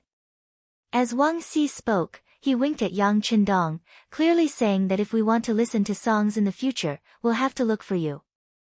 The 3 people here, one asking and one answering, seemed to be expressing their own opinions, but in reality, they were just testing him. Yang Qindong was well aware of this, but he didn't point it out. Instead, he went with the flow and said, in the future, if you want to listen to music, you can't look for me. No matter what, this young master is still a 5th-rank official of the imperial court. If I really do that, those imperial censors will report me to the emperor. When he mentioned the imperial censors, the 3 people's expressions changed. The hierarchy of the dynasty was very strict, and people were divided into 3, 6, and 9 ranks. Entertainers were of a lowly background, and were looked down upon the most. Any large family would not marry a woman of this background, even if they wanted to take a concubine, not to mention that Yang Qindong was a 5th-rank official in the imperial court. Although this official position was only a low-ranking official, and he had received it after offering the potato, it was still an official. Once there was a crown prince in the future, his power would naturally be used. If he were to sing, it would be a scandal. It would be seen as a disgrace to the imperial court. If that really happened, the spittle of the imperial censor would drown the entire imperial court. When that time came, not only Yang Qindong, but the entire Yang family would be implicated. When they thought of the consequences, Su Qingzong and the others could not help but be startled, and then they all shook their heads. Seeing that the three of them knew the serious consequences, Yang Qindong chuckled. Out of the corner of his eye, he noticed that Lady Xiang was looking at him from not far away. Cui Na, who was standing beside her, had an anxious look on her face. The corners of his mouth curled up slightly, and he opened his crescent-shaped folding fan with a swish, gently fanning his elegant and handsome face. Come, drink wine, drink wine. There's wine today, so let's drink in the morning. While calling out to Su Qingzong and the others, Yang Qindong was waiting for the fish to take the bait. On one side of the stage, Lady Xiang clenched her fists. Because she was using too much strength, her slender fingers were starting to turn white. However, she did not care at all. Her gaze was fixed in the direction of Yang Qindong. She pursed her lips and did not speak. She was not as calm as before. Beside Lady Xiang, the middle-aged but still charming Cui Na, was chattering endlessly. Xiang, do you really plan to take the sixth young master as your master? Although his elder sister was also amazed by the 3 songs he played just now, he was still an official and a noble. We are just the lowest performers, and the difference in status is too great. Even if you are the famous Lady Xiang of the capital, if you want to take him as your master, I'm afraid he will not agree. You will only be asking for your own humiliation.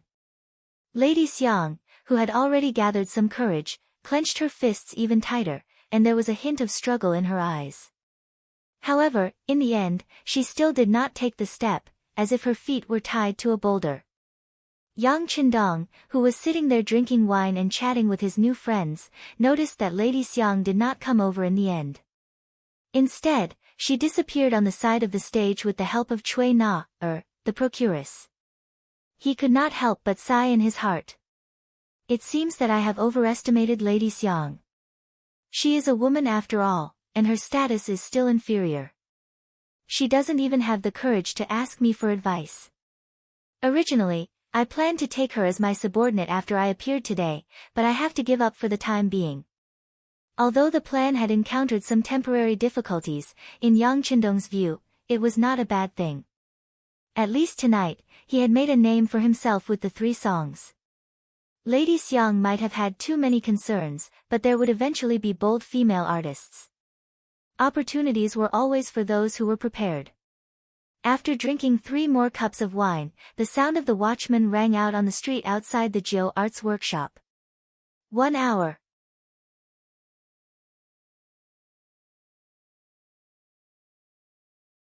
Chapter 69. There was a night ban in the Ming Dynasty. The rules were clear. Once the drum was rung at 3:00 in the morning, no one was allowed to go out. Only after the morning bell was rung at 3:00 in the morning would the ban be lifted. Those who walked on the streets during the 2nd, 3rd, and 4th night would be flogged 50 times. Those who broke the law after the 1st night ban and before the 5th night ban would be flogged 40 times. As soon as the drum was rung, the guests in the hall began to walk out. Yang Qindong lived outside the capital, so he naturally had to be 1 step ahead. Otherwise, he would not be able to make it to the southern city gate in time. Everyone, it's time. Farewell. Yang Qindong stood up and cupped his fists at Su Qingzong and the others. Take care, Dong Shuai. Su Qingzong and the others stood up with smiles on their faces. Although they had just met, they felt regretful that they had not met sooner. If there was anything Yang Qindong gained tonight other than making a name for himself, it was probably making these 3 friends.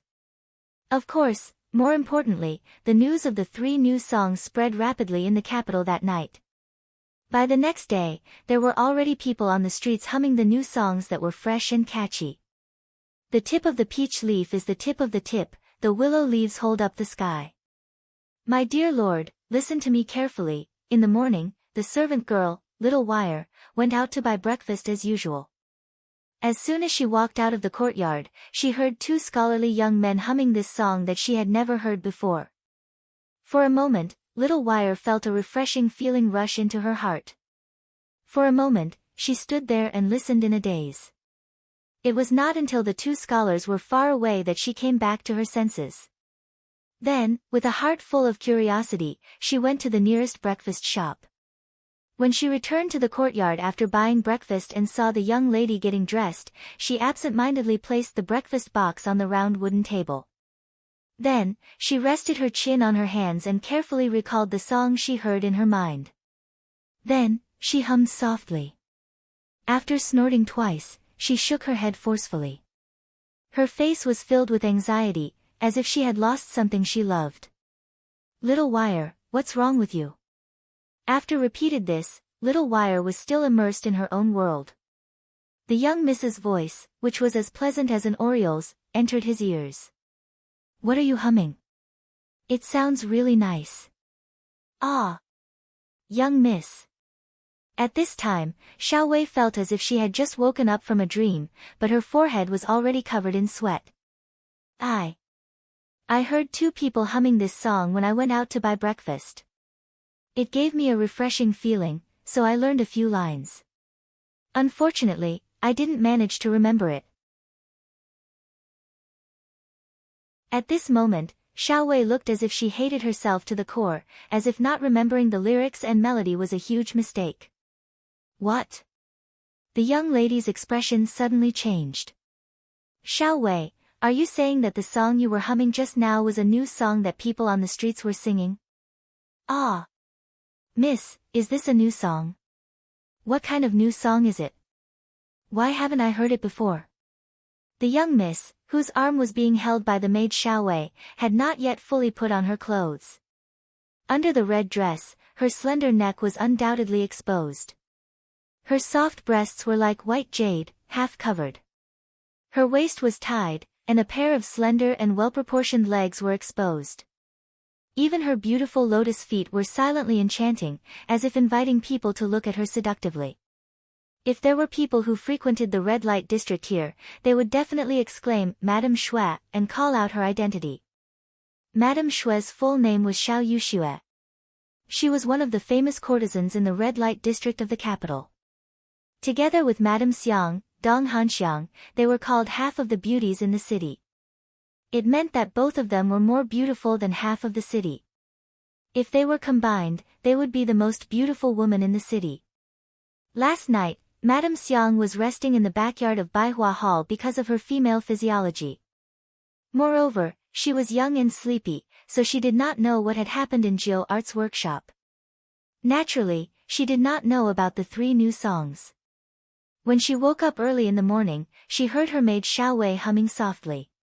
She was attracted and wanted to ask what was going on. "Of course it's a new song. You know what I do. If it's an old song, it's impossible that I haven't heard of it." Her tone was very certain. Madame Xue not only had snow-white skin, but also a beautiful voice. She was also very proficient in zither, chess, calligraphy, and painting. If it was an old song, she would definitely have heard of it. "It's a new song.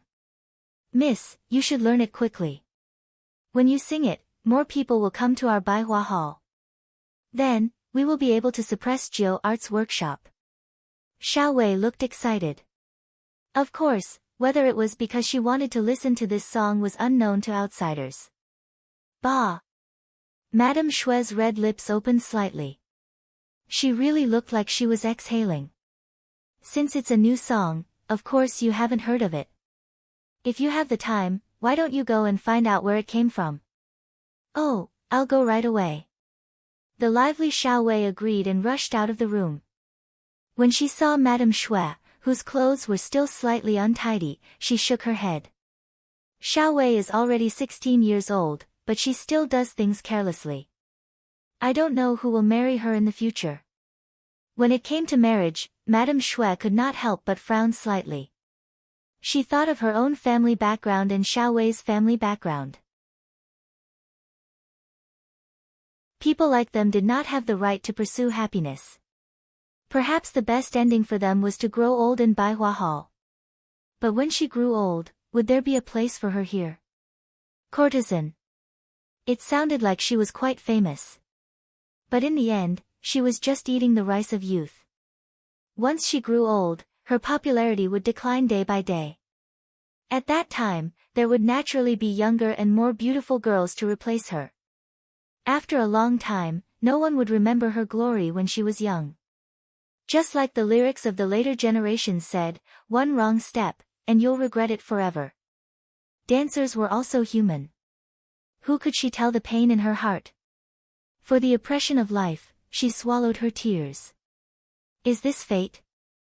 Destined to live the rest of my life? It was because of the experience of countless predecessors that people like Madame Shui had long been prepared for it. She just wanted to earn more money while she was young. In this way, she would be able to feed herself when she grew old. The appearance of a new song was often the best opportunity. It could turn a person from a nobody to a world-famous person. At that time, there would naturally be some rich benefactors. With many followers, it would be the most glorious time of their lives. Madame Shui had a feeling that this song was so fresh and different from what she had learned before. Once she learned it, she would definitely become popular. She must learn this song. In the Hu mansion. Hu Yan got up, ate, and read as usual. Of course, the so-called reading was not the wonderful stories in Yang's newspaper, but the books on women's discipline and women's ethics that modern women must learn. As a woman, she had to marry and spend most of her life in her husband's family. How to be a good wife and take care of the family affairs for her husband was something that most women dealt with in their lives. If one wanted to do something, he naturally had to do it with his behavior. This required a woman to be educated and reasonable, and to learn the 3 obedience and 4 virtues. The so-called 3 obedience and 4 virtues were the foundation of a woman's life. The 3 obedience referred to obey the father before marriage, to obey the husband after marriage, and to obey the son after the husband's death. The 4 virtues referred to virtue, appearance, speech, and work. That is to say, as a woman, the most important thing was moral character, to be able to stand upright.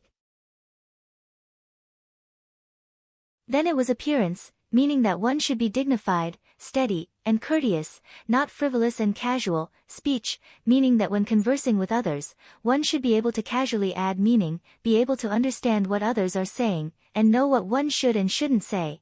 And the way of managing a family. The way of managing a family includes supporting one's husband and teaching one's children, respecting the old and loving the young, being diligent and thrifty, and other details of life. Not only that, there were also things like the 3 principles and 5 elements, etc. It was because of the etiquette and teachings in these so-called books that women's social status was not very high. If she married a man who liked her and was willing to share everything with her, it would be better. At least she still had the final say in the family. But if she met a man who did not know how to care for her, she would be like Yang Qi and Sister Yang, gradually becoming a servant. Hu Yan's grandfather, Hu Ming, was still alive. Although he was not young anymore, he was still healthy and was an important official in the imperial court.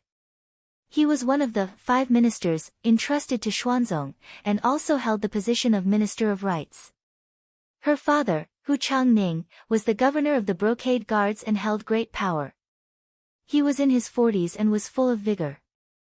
With such a grandfather and father, Hu Yan did not have to worry for the time being. Even if she married into her husband's family, with such a family, she would not suffer any losses. But in the end, she still had to rely on herself. Relying on her mother's family was not a long-term solution. This required Hu Yan to be strong enough in order to live a life without worry. Naturally, things like female morality and female discipline were compulsory homework every day. Perhaps she was spoiled by her grandfather and father, but when Hu Yan read these books, she would feel sleepy. Although she had just woken up not long ago, her eyes were still listless. Her head also seemed to lack some support. From time to time, her head would fall down, but she still managed to hold on, making her look extremely adorable.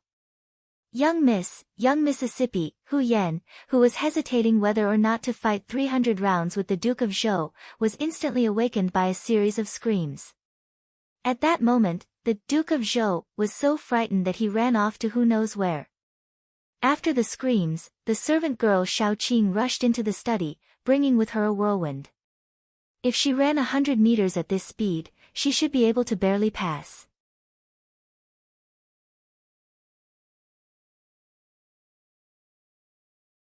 Chapter 70.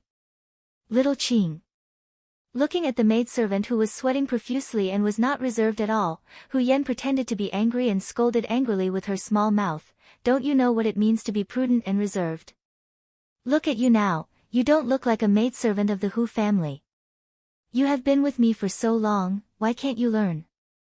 Hu Yan still looked like she wanted to seize the opportunity to teach little Qing a lesson. Unexpectedly, little Qing did not listen to this at all.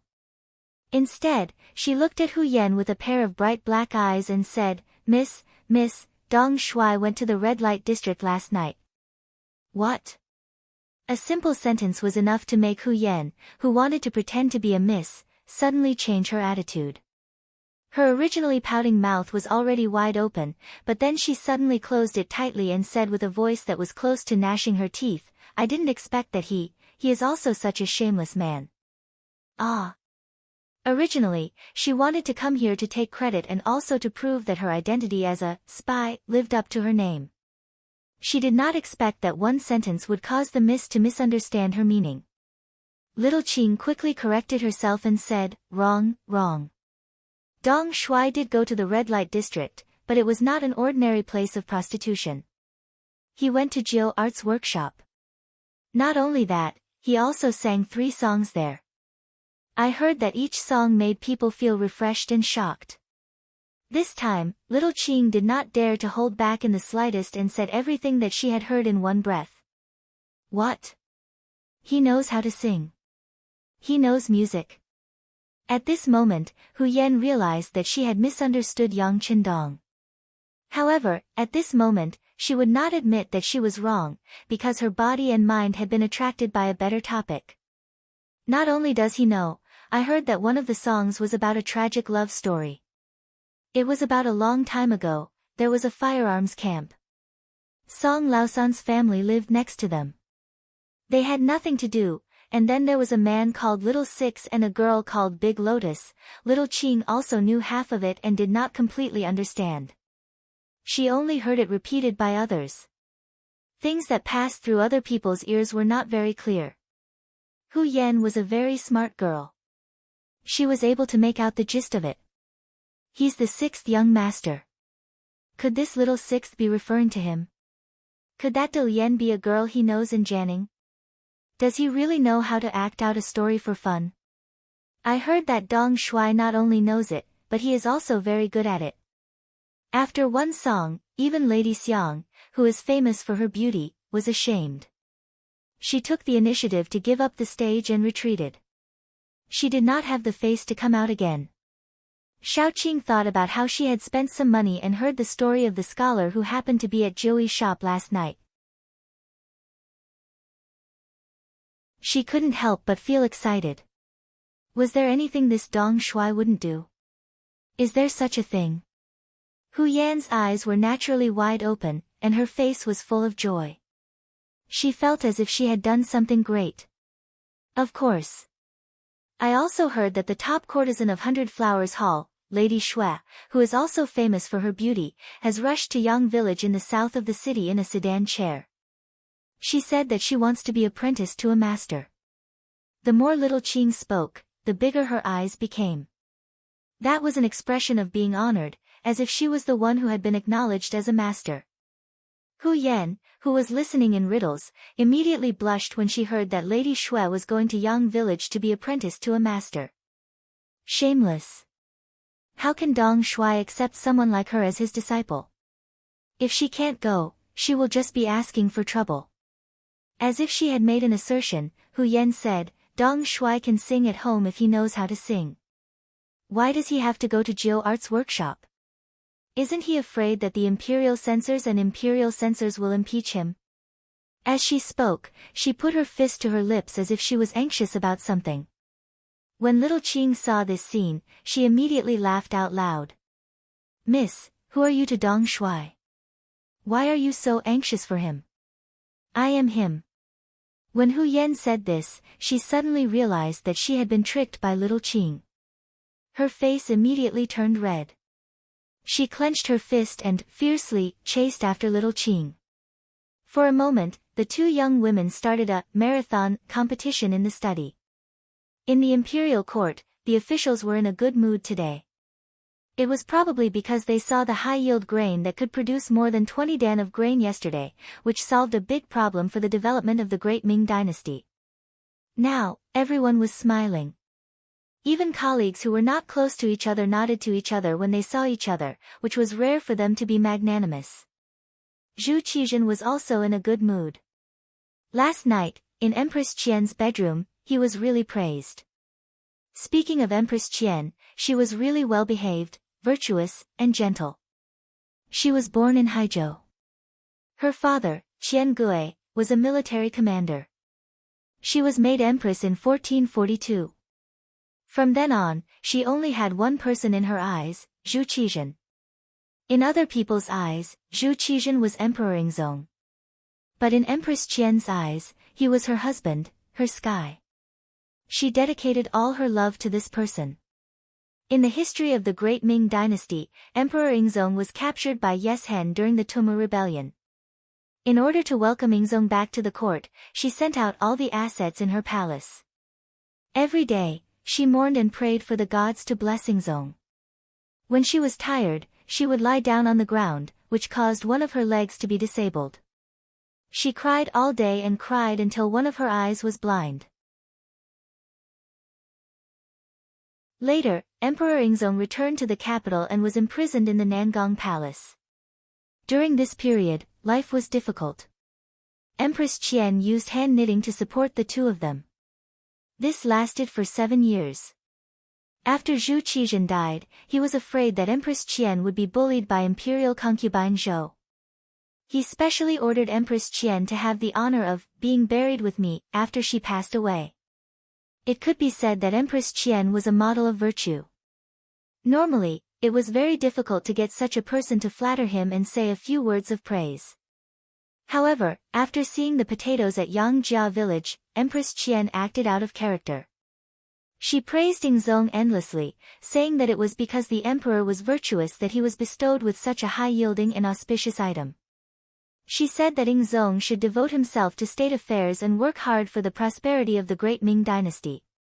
After receiving Empress Qian's praise, he was much more enthusiastic and proactive when serving the emperor in bed. This caused Zhu Qizhen to wake up in the morning with a face full of radiance. He was unable to contain his joy and was in a good mood. When the emperor's mood was good, the officials were naturally happy as well. During the morning court, the officials became much more amiable. Some of the matters that were reported seemed to have been resolved satisfactorily. Nearly 2 hours passed. Yingzong was several times more efficient than usual and dealt with several major matters in succession. When he saw that the officials were satisfied, Yingzong was also happy. Zhu Qizhen himself liked this kind of scene where everyone was happy. Wouldn't it be best for everyone to be happy? Good. The atmosphere in the court today is very good. The emperor and his officials are of one mind. Shen is very happy. Zhu Qizhen said with a happy and satisfied expression. After saying this, he raised his right hand. This was his usual action. He was preparing to end court. Just as Wang Zhen, the head of the ceremony directorate, was about to shout, "End court," a person suddenly walked out of the room. This person had a short stature, and as soon as he left the room, he fell to his knees and said, "Your Majesty, this subject, Su Yozhen, has a memorial." This official heard that in the red light district last night, the newly appointed Crown Prince Yang Qindong sang loudly in the Nine Arts workshop. He actually dared to share the stage with an actress. This is truly a disgrace to an official. This official asks the emperor to punish him. With such a good situation, Yingzong was in a happy mood. Suddenly, a person like this appeared. Not only did he kneel down and shout, he actually criticized the crown prince who had made a great contribution yesterday, Yang Qindong. This shout caused the originally harmonious scene between the emperor and his officials to change. When all the officials looked at Su Yozhen, their faces were filled with anger. As an official of the court, going to the red light district was a disgrace. Especially when he dared to share the stage with an actress, it was a disgrace to an official. Su Yozhen was an imperial censor in the imperial censorate and was even a 7th-rank official. It wasn't wrong for him to spread rumors. However, he also needed to look at the time and situation, right? Just yesterday, the emperor had just appointed Yang Qindong as the crown prince's horse Washington. Today, he went to impeach him. What did this mean? Was he trying to say that the emperor was capricious? At this moment, not only were the officials angry, even Yingzong's face was filled with displeasure. Wang Zhen, who was standing beside him, glared fiercely at Right Capital Imperial Censor Qin Yi. His meaning was that this was his subordinate. How could he not know when to advance or retreat and be so tactless? Regarding this, Right Capital Imperial Censor Qin Yi also had an expression of being wronged.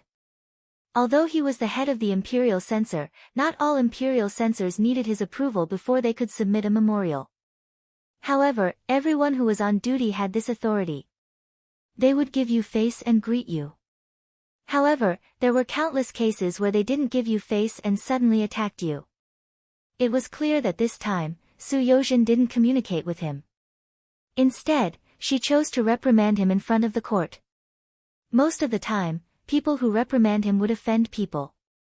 Usually, this kind of person wouldn't have a good ending in the future. After all, in the officialdom, if you respect me, I'll return you 10 feet. If you're good, I'm good, everyone will be good. However, if there were people who didn't want to be united and wanted to cause trouble, they would naturally not be tolerated by everyone. However, the imperial censors didn't belong to this category. Their original duty was to reprimand and complain about injustice. They would spread the news to the imperial court and deliver it to the emperor's ears. Therefore, in terms of duty, Su Yozhen's actions weren't wrong. Not only that, the emperor couldn't kill him. Not killing the imperial censors was originally set by Ming dynasty's first ancestor, Zhu Yuanzhang. Although Yingzong wasn't happy with Su Yozhen's actions, he couldn't do anything. He could only retract his right hand that he was about to raise. He then looked at the officials and asked, "Let's discuss this. How should we handle this matter?"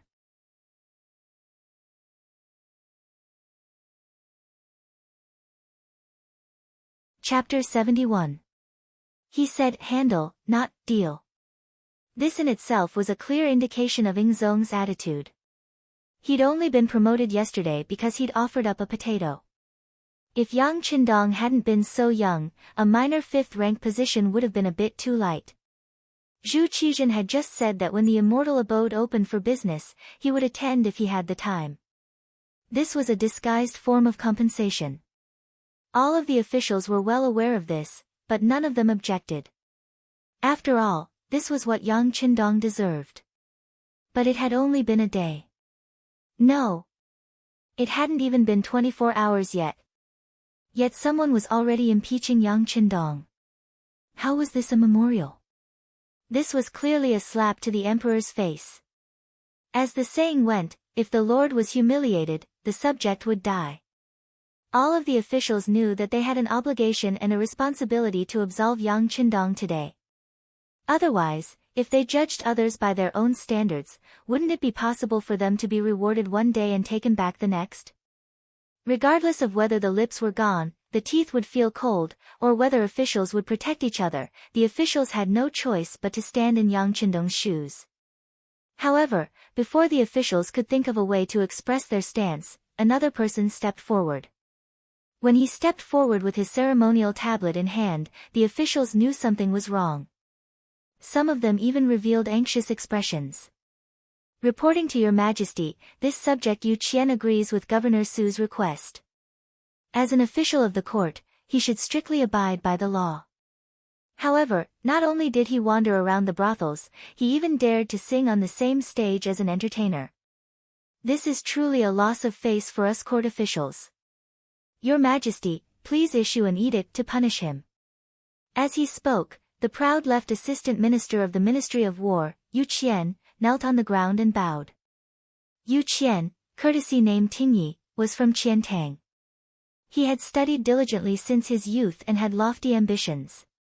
He admired Wen Tianxiang's integrity and had kept Wen Tianxiang's image at his side for decades. This Yu Qian was not the great master who smoked, permed his hair and drank wine, but he was actually one of the loyal and famous ministers of the Ming dynasty. He attached importance to reputation and integrity, to fame and fortune. When he died, his family did not have any wealth left. He attached importance to dying for a benevolent cause, to death. After the Tumu Fort rebellion, he fought to the death in Walla without retreating. He attached importance to the country, to the emperor. After the Tumu Fort rebellion, when we elected Zhu Qiyu as the emperor, we claimed that we were doing it for the sake of the country, not for our own personal interests. Yu Qian was so strong that even Wang Zhen couldn't do anything to him. He was one of the few officials who made Steward Wang feel helpless. At this moment, he stood out and supported Su Yozhen, making the situation even more complicated and serious. This subject has a different opinion. The Minister of Revenue, Wang Zhua, stepped forward, as if he was afraid that there would be other officials who would agree with him. Zhu Qizhen, who was frowning, suddenly heard an official say that he had a different opinion. He was startled and said, "Speak." Your Majesty, although the Nine Arts Workshop is in the red light district, it is not a place where one can seek pleasure. It can be considered a pure land. Yang Shima going there isn't a violation of the rules. Wang Zhua spoke first, separating the Nine Arts Workshop from the red light district. This was his excuse. Secondly, of the 6 arts of a gentleman, there is the word music. Yang Shima created Yang Bao and his many talents have long been known to the world. It is nothing much for him to sing a few songs. On the contrary, this subject feels that this is because he understands the affairs of the people and can show the style of a minister. A minister is omnipotent and knows everything. Thirdly, Yang Shima is still young and has just entered the capital. It is inevitable that he would be attracted by the prosperity here and do some inappropriate things. This is completely understandable. With these 3 points, this subject pleads for Your Majesty to be merciful and not punish Yang Shima to show Your Majesty's magnanimity. After speaking, Wang Zhua kowtowed to the ground and shouted, "Long live the Emperor," before kowtowing again. The moment Wang Zhua stepped forward, the Minister of Personnel, Wang Zhi, stepped forward as well. This morning, his grandson, Wang Si, came forward to pay his respects. Kneeling on the ground, he recounted the events that happened at the Nine Arts Workshop in detail. Using his own words, if not for his provocation, Yang Qindong wouldn't have gone on stage to sing, and there wouldn't have been any trouble. If the censors were to impeach him, he hoped that his grandfather would speak up for him. Otherwise, if Yang Qindong were to be punished, as an accomplice, he wouldn't be in a good position either. After hearing the story, Wang Zhi was infuriated. This grandson of his was good at everything. He was hardworking in his studies and diligent in his work. However, he loved to be in the limelight too much, and he loved to wander around those red light districts. He had already brought up this matter more than once. Yet, not only was his grandson unrepentant, he even caused a huge commotion. As the royal court was about to start, Wang Zhi didn't have the time to reprimand his grandson. He only wanted to talk about it after he returned from the royal court. However, he didn't expect that someone would still use this as an excuse. Seeing that the emperor and the officials had the same attitude, Wang Zhi hesitated for a moment before stepping forward to speak up for Yang Qindong. Your Majesty, this subject believes that Lord Wang's words are appropriate. Who hasn't been young and frivolous? Furthermore, Yang Shima's song has nothing to do with the political situation. Please give him a chance on account of his contributions. After Wang Zhi finished speaking, he picked up his ceremonial tablet and knelt on the ground with a plop. Even though young Shima's actions sound ridiculous, it is just a joke among the young. This subject believes that there is no need to discuss it in the royal court. This old subject hopes that your majesty won't pay too much attention to it. The Minister of Rights, Hu Kuang, also slowly knelt on the ground. As the Minister of Rights, even he believed that Yang Qindong's actions didn't violate the rules of etiquette. Naturally, others couldn't say anything. Including Hu Kuang, there were 3 important officials speaking up for Yang Qindong. With these 3 officials at the front, the other officials all knelt on the ground and voiced their agreement. Even Wang Zhen, who was standing next to the emperor, took this opportunity to whisper to Zhu Qizhen, "Your Majesty, Yang Shima's actions aren't harmful at all, so there is no need to pursue this matter. Your Majesty can have him open a restaurant and do business, so what's the big deal about singing a few songs? Your Majesty is completely free to make your own decisions." In addition, the imperial censor's words should also be rewarded, and this matter can be settled. The immortal abode was about to open, and Wang Zhen had a 10% stake in it. Who knew how much more income they would get in that month? If something were to happen now, the immortal abode would definitely be implicated. This was tantamount to harming their own interests, so they naturally had to speak up. With the officials pleading for leniency and Wang Zhen's words, Yingzong understood what was going on. After lightly rubbing his forehead, he spoke in a clear voice. This subject's words are reasonable. Yang Shima is merely young and restless, and he has just arrived in the capital. Everything is new to him, so it is reasonable for him to do something that is slightly out of line. There is no need to pursue this matter any further. As for Supervisor Su, he is diligent and responsible in his work. He will be rewarded and promoted to the position of Supervisor of the Imperial Censorate's Bureau of Experience. The Imperial Censorate's Bureau of Experience was a 6th-rank official. Compared to his previous 7th-rank official position, it was a 2-rank promotion. This could be considered an explanation for this person's actions. The officials were immediately overjoyed, all of them cheering for the emperor's wisdom. Just when everyone thought that the matter had been resolved and all the officials were about to stand up, who would have thought that the newly promoted imperial censor Su Yozhen would continue to kowtow to the ground and ask, "Your Majesty, if Yang Shima continues to sing songs in the future, can you make an exception and not pursue this matter? His Majesty has already promoted you, but you still want to bite on this matter and not let it go. This means that you don't know how to do things, you don't know how to conduct yourself." For a moment, some of the officials looked at him with stern eyes. The feeling that Su Yozhen gave them before was not like this. This person was smooth and slick and very good at dealing with people. Transferring him to the Imperial Censorate was just a way to gain experience and accumulate experience. But why was this person so stubborn today? Did he want to provoke the Emperor's displeasure? At this moment, Yingzong was indeed a little angry. Seeing that Su Yozhen still wanted to hold on to this matter and not let it go, he loudly reprimanded. Zhen said, "Yang Shima is young and restless, and he is multi-talented. Yang Shima's story was his doing. Since writing a story can be accepted by everyone, so what if he sings a song? In the future, there is no need to report such matters. If you have the time, why don't you observe the suffering of the common people and see if the officials are doing their best?" It was clear that Yingzong had a problem with the Imperial Censorate. Right Imperial Censorate Qin Yi lowered his head and did not dare to say anything. Feeling that Yingzong's anger was not good, the other officials naturally did not dare to say anything. Only Su Yozhen, who did not know where he got the courage, actually knelt on the ground and shouted, "This official knows. In the future, if there is anything related to Yang Shima, it will not be reported." Humph. Yingzong also angrily glared at Su Yozhen. Then, without waiting for Wang Zhen to call for the court to end, he got up and left the dragon throne. The officials also left with the emperor. Even Right Imperial Censorate Chen Yi did not pay attention to Su Yozhen, who was still kneeling on the ground, and left with the other officials. Soon, there were only 2 people left in the entire court. One was the kneeling Su Yozhen, and the other was the left assistant minister of the Ministry of War, Yu Qian. "Official Su, quickly get up. The emperor and the officials have all left. Reaching out his hand to help Su Yozhen up, Yu Qian's face was filled with admiration. Yu Qian was upright and plain-spoken. Even with Wang Zhen's power, he did not lower his head, and the other party could not do anything to him. It was very difficult to make such a person admire others. But now, Su Yozhen did it.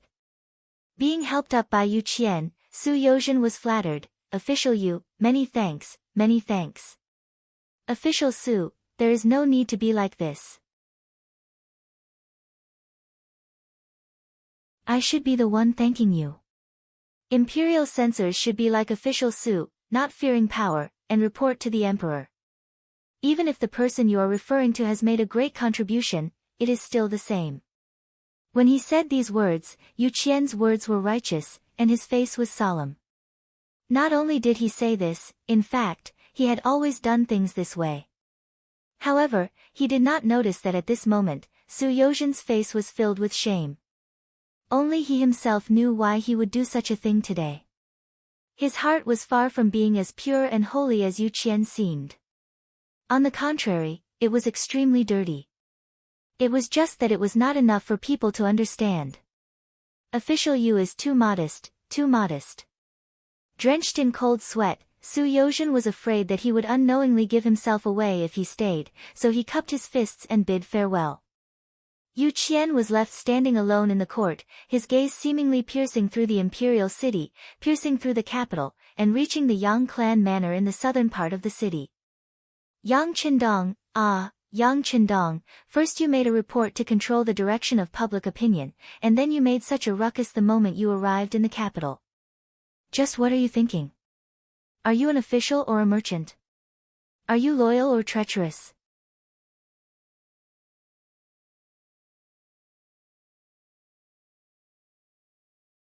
Chapter 72. Yesterday could be said to be a busy day. In the morning, Yang Qindong first beat 7th brother-in-law Wang Go, then beat the drum of the imperial court, went to the imperial court, saw the emperor, and presented him with the auspicious and high-yielding potato. In the afternoon, he saw his eldest brother, second brother, and the others, whom he had not seen for a long time. In the evening, he went to the red light district, 9 arts workshop, and made 3 astonishing songs. After returning to the Yang family manor, Yang Qindong fell asleep immediately. It was not until the sun was high in the sky that he got out of bed with the help of his maid Xiao Yin. It wasn't that Yang Qindong insisted on using Xiao Yin's help. For this matter, he had refused many times. Until one day, Xiao Yin cried in front of him and asked if the young master didn't want her anymore. This caused Yang Qindong to have no choice but to give in. It had to be said that the men of this era were very fortunate. After tidying up properly, the kitchen maid Yi Qiu had already prepared breakfast on the round table. As he ate in big bites, he listened to Tiger's Mane, who was standing beside him, report the matters of today's imperial court. Young master, after Su Yozhen received our money, she indeed went to court today to impeach you. After that, the officials pleaded for leniency. The emperor also said that in the future, there is no need to report anything related to you. Tiger's Mane widened his eyes and looked at Yang Qindong with a gaze full of admiration. His reverence was like a torrential river that flowed endlessly. Just last night, when he left the 9 arts workshop, Yang Qindong handed the task to Tiger's Mane. He had someone bring enough money to find an imperial censor called Su Yozhen. Then, he did the same thing. When he first received the task, Tiger's Mane was naturally very puzzled. He couldn't understand what the young master was trying to do. Spending money to hire someone to impeach him. Was he crazy? However, after a long period of training, his nature of obedience had been cultivated. In the end, he still did as he was told. Sure enough, after finding Su Yozhen's house, he snuck into the courtyard and took out 2,000 taels of silver. That person's eyes lit up, and he only hesitated for a moment before agreeing. This led to today's morning court session. All of this seemed to be because someone was jealous of Yang Qindong's rise in power. Everyone followed this train of thought. Who would have thought that this was just a self-written and self-directed play by the 6th young master? Taking advantage of the fact that he had just offered up an auspicious item, there would certainly be no result if someone tried to impeach him. The ministers were thinking about dying if the lips were cold and the teeth were cold. The emperor was thinking about his own face. All of this was calculated by Yang Qindong, so he took this risk. The benefits of taking the risk were obvious. In the future, no one in the imperial court would bring up this matter again. In this way, he could openly be a rich man, a true official businessman, a person who was recognized by everyone as rich. Everyone knew that he had money, so when he did things, it would naturally be much smoother, and he would have fewer worries. As for why he used Su Yozhen and not someone else, this was the advantage of Yang Qindong's prophetic ability. Su Yozhen had a short stature and an ordinary appearance, but he was very intelligent. He liked fame and was good at reading people's expressions. In history, when Mingyingzong was restored, he had made a great contribution. Later on, he became an important minister with great power. During this time, he had also engaged in open and secret struggles with Shi Heng and Chao Jixiang within the ruling class. This kind of person clearly had some ability, and he valued benefits. He also had the identity of an imperial censor. If he didn't use him, wouldn't it be a waste? The ancients had long said that it was better to offend a gentleman than a villain. Based on this principle, Yang Qindong interacted with a gentleman based on the principle of respect. Towards villains, he used benefits to pull them together. In this way, he could take care of all aspects and eliminate many dangers invisibly. Naturally, people like Su Yozhen should be used well. If he really had talent, he would be given the opportunity to show it. But when it came to sincere friendship, it was far from enough. Not bad. After listening to Tiger's Mane's report of the situation, Yang Qindong smiled with satisfaction. Your people in the Security Bureau have worked hard. Reward the relevant personnel with 100 taels of silver. As the bureau chief, you can deal with it as you see fit. Rewards should be given for meritorious service. This was a principle that Yang Qindong deeply remembered. Only then would more people be willing to work for you and do things with peace of mind. Thank you, young master. Tiger's Mane said with slight excitement. 100 taels of silver was naturally nothing to the Security Bureau, which spent money like water. What was important was Yang Qindong's satisfaction with their work. This was what they pursued. By the way, young master, a sedan chair has arrived outside the Yang family manor. One of the ladies even handed over a name card. Where's the name card? Yang Qindong asked as he put the last bite of breakfast into his mouth and clapped his hands. That is with Qiao Yin. Tiger's Mane lowered his head, not daring to look at Yang Qindong. Hee hee. Yang Qindong smiled, then got up and went to the study next door. Sure enough, there was a name card neatly placed on the wooden table with beautiful words written on it. Qiao Yin was very sensible. She wouldn't make things difficult for Yang Qindong on important matters. She just wanted to throw a tantrum and let people know that she knew some things, and even some things that she didn't like. Yang Qindong also saw this as another kind of beauty for girls, the beauty of jealousy. He knew that this was Qiao Yin's way of reminding him not to get too close to the lady who came to see him. He smiled and took the name card. The name of the name card was, for the 6th young master Yang Qindong. When he opened it, a fragrant smell immediately assailed his nostrils. There was also a line of beautiful words written on it. Your servant, Xiao Yuxue, greets the 6th young master Yang Qindong. Please don't refuse. Jun Yuxue.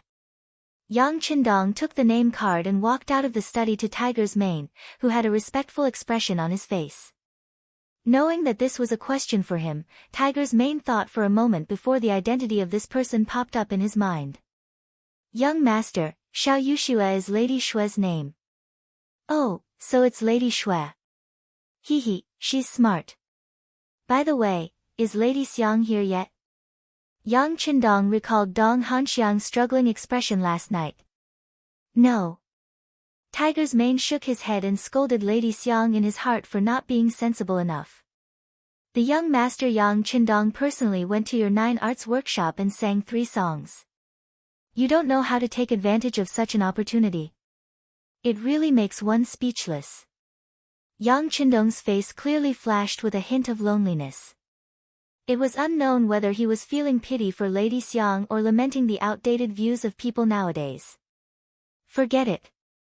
Since Lady Shui came in person, I'll just meet her.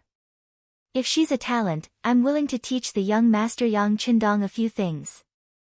This is Lady Xiang's fortune, Tiger's Mane said enviously when he heard that this lady could be taught by the young master Yang Qindong in person. As the Yang family system expanded, the chances of being taught by the 6th young master Yang Qindong in person became fewer and fewer. Whenever there was an opportunity, everyone would try their best to seize it. How about this? Inform the people to enter the manor. Also, find Xiaoyin and arrange for someone to send out the things I prepared when I returned last night. Remember, don't miss out on a single family. Send out all the gifts to the manors of the 5th rank officials in the capital. Also, don't miss out on the families of my brothers and sisters. Yang Qindong didn't want to offend people by sending out gifts. That wouldn't be worth it. Yes. Tiger's Mane naturally knew about this and immediately agreed. However, he didn't leave immediately. Instead, he looked hesitant. What's wrong? Is there something else? Yang Qindong knew that Tiger's Mane had something to ask, so he looked at him curiously. That. Our people from the Bureau of Security have found out that someone is asking around about the young master's past. Tiger's Mane had just said this when he felt the atmosphere in the room become oppressive. He saw Yang Qindong's expression become extremely solemn, even a little cold. Who is it? The young master. It's not just anyone. It's Hu Yan, the granddaughter of the Minister of Rights, Hu Yan, the daughter of the Imperial Guard's town supervisor, Hu Changning. This is some information on her. Tiger's Mane took out a small book from his bosom and turned to leave. This matter wasn't about someone worrying about the 6th young master's safety. It was highly likely that it was about the love between a man and a woman. Even though he was the young master's subordinate, he couldn't interfere in this matter. It's actually a woman. Yang Qindong was also a little dizzy from this sudden turn of events. When he looked at the small book, it recorded in detail about Hu Yan. It also emphasized that this woman was already 16 years old. However, until now, no one had discovered that someone had gone to bring her forward. After an investigation by the Bureau of Security, they found out that it was Hu Changning's idea. The small book also recorded that Hu Yan was educated and well-mannered. Moreover, she was as beautiful as a fairy. She was also clever and cute. Looking at this, how could Yang Qindong not know what this meant? At this moment, the matter of Hu Zhangning breaking into the Yang family's old house in Fang Jianing Mansion was naturally figured out in an instant. At this moment, Yang Qindong understood that Hu Zhangning's worship of his parents at that time was fake, and his observation of himself was real. The daughter of the Hu family seems to come from a good background. Yang Qindong thought and smiled. No wonder Tiger's man reported the situation to him after being pestered like this. He must have known the importance of this matter. To be honest, if the Bureau of Security hadn't found out that someone was investigating the 6th young master this time, they naturally wouldn't have noticed Hu Yan, and the following things wouldn't have happened. Well, it's better to let nature take its course when it comes to love. After reading the small book, Yang Qindong put it in a small cabinet in the study. For him, it was still too early to talk about love. How to successfully lay a good foundation was the most important thing. In the side hall of the Yang family's manor, Madame Shui was sitting with the servant girl Xiao Wei. Even though he was seated, he still had a nervous expression on his face. His face was flushed red, making him look even more enchanting.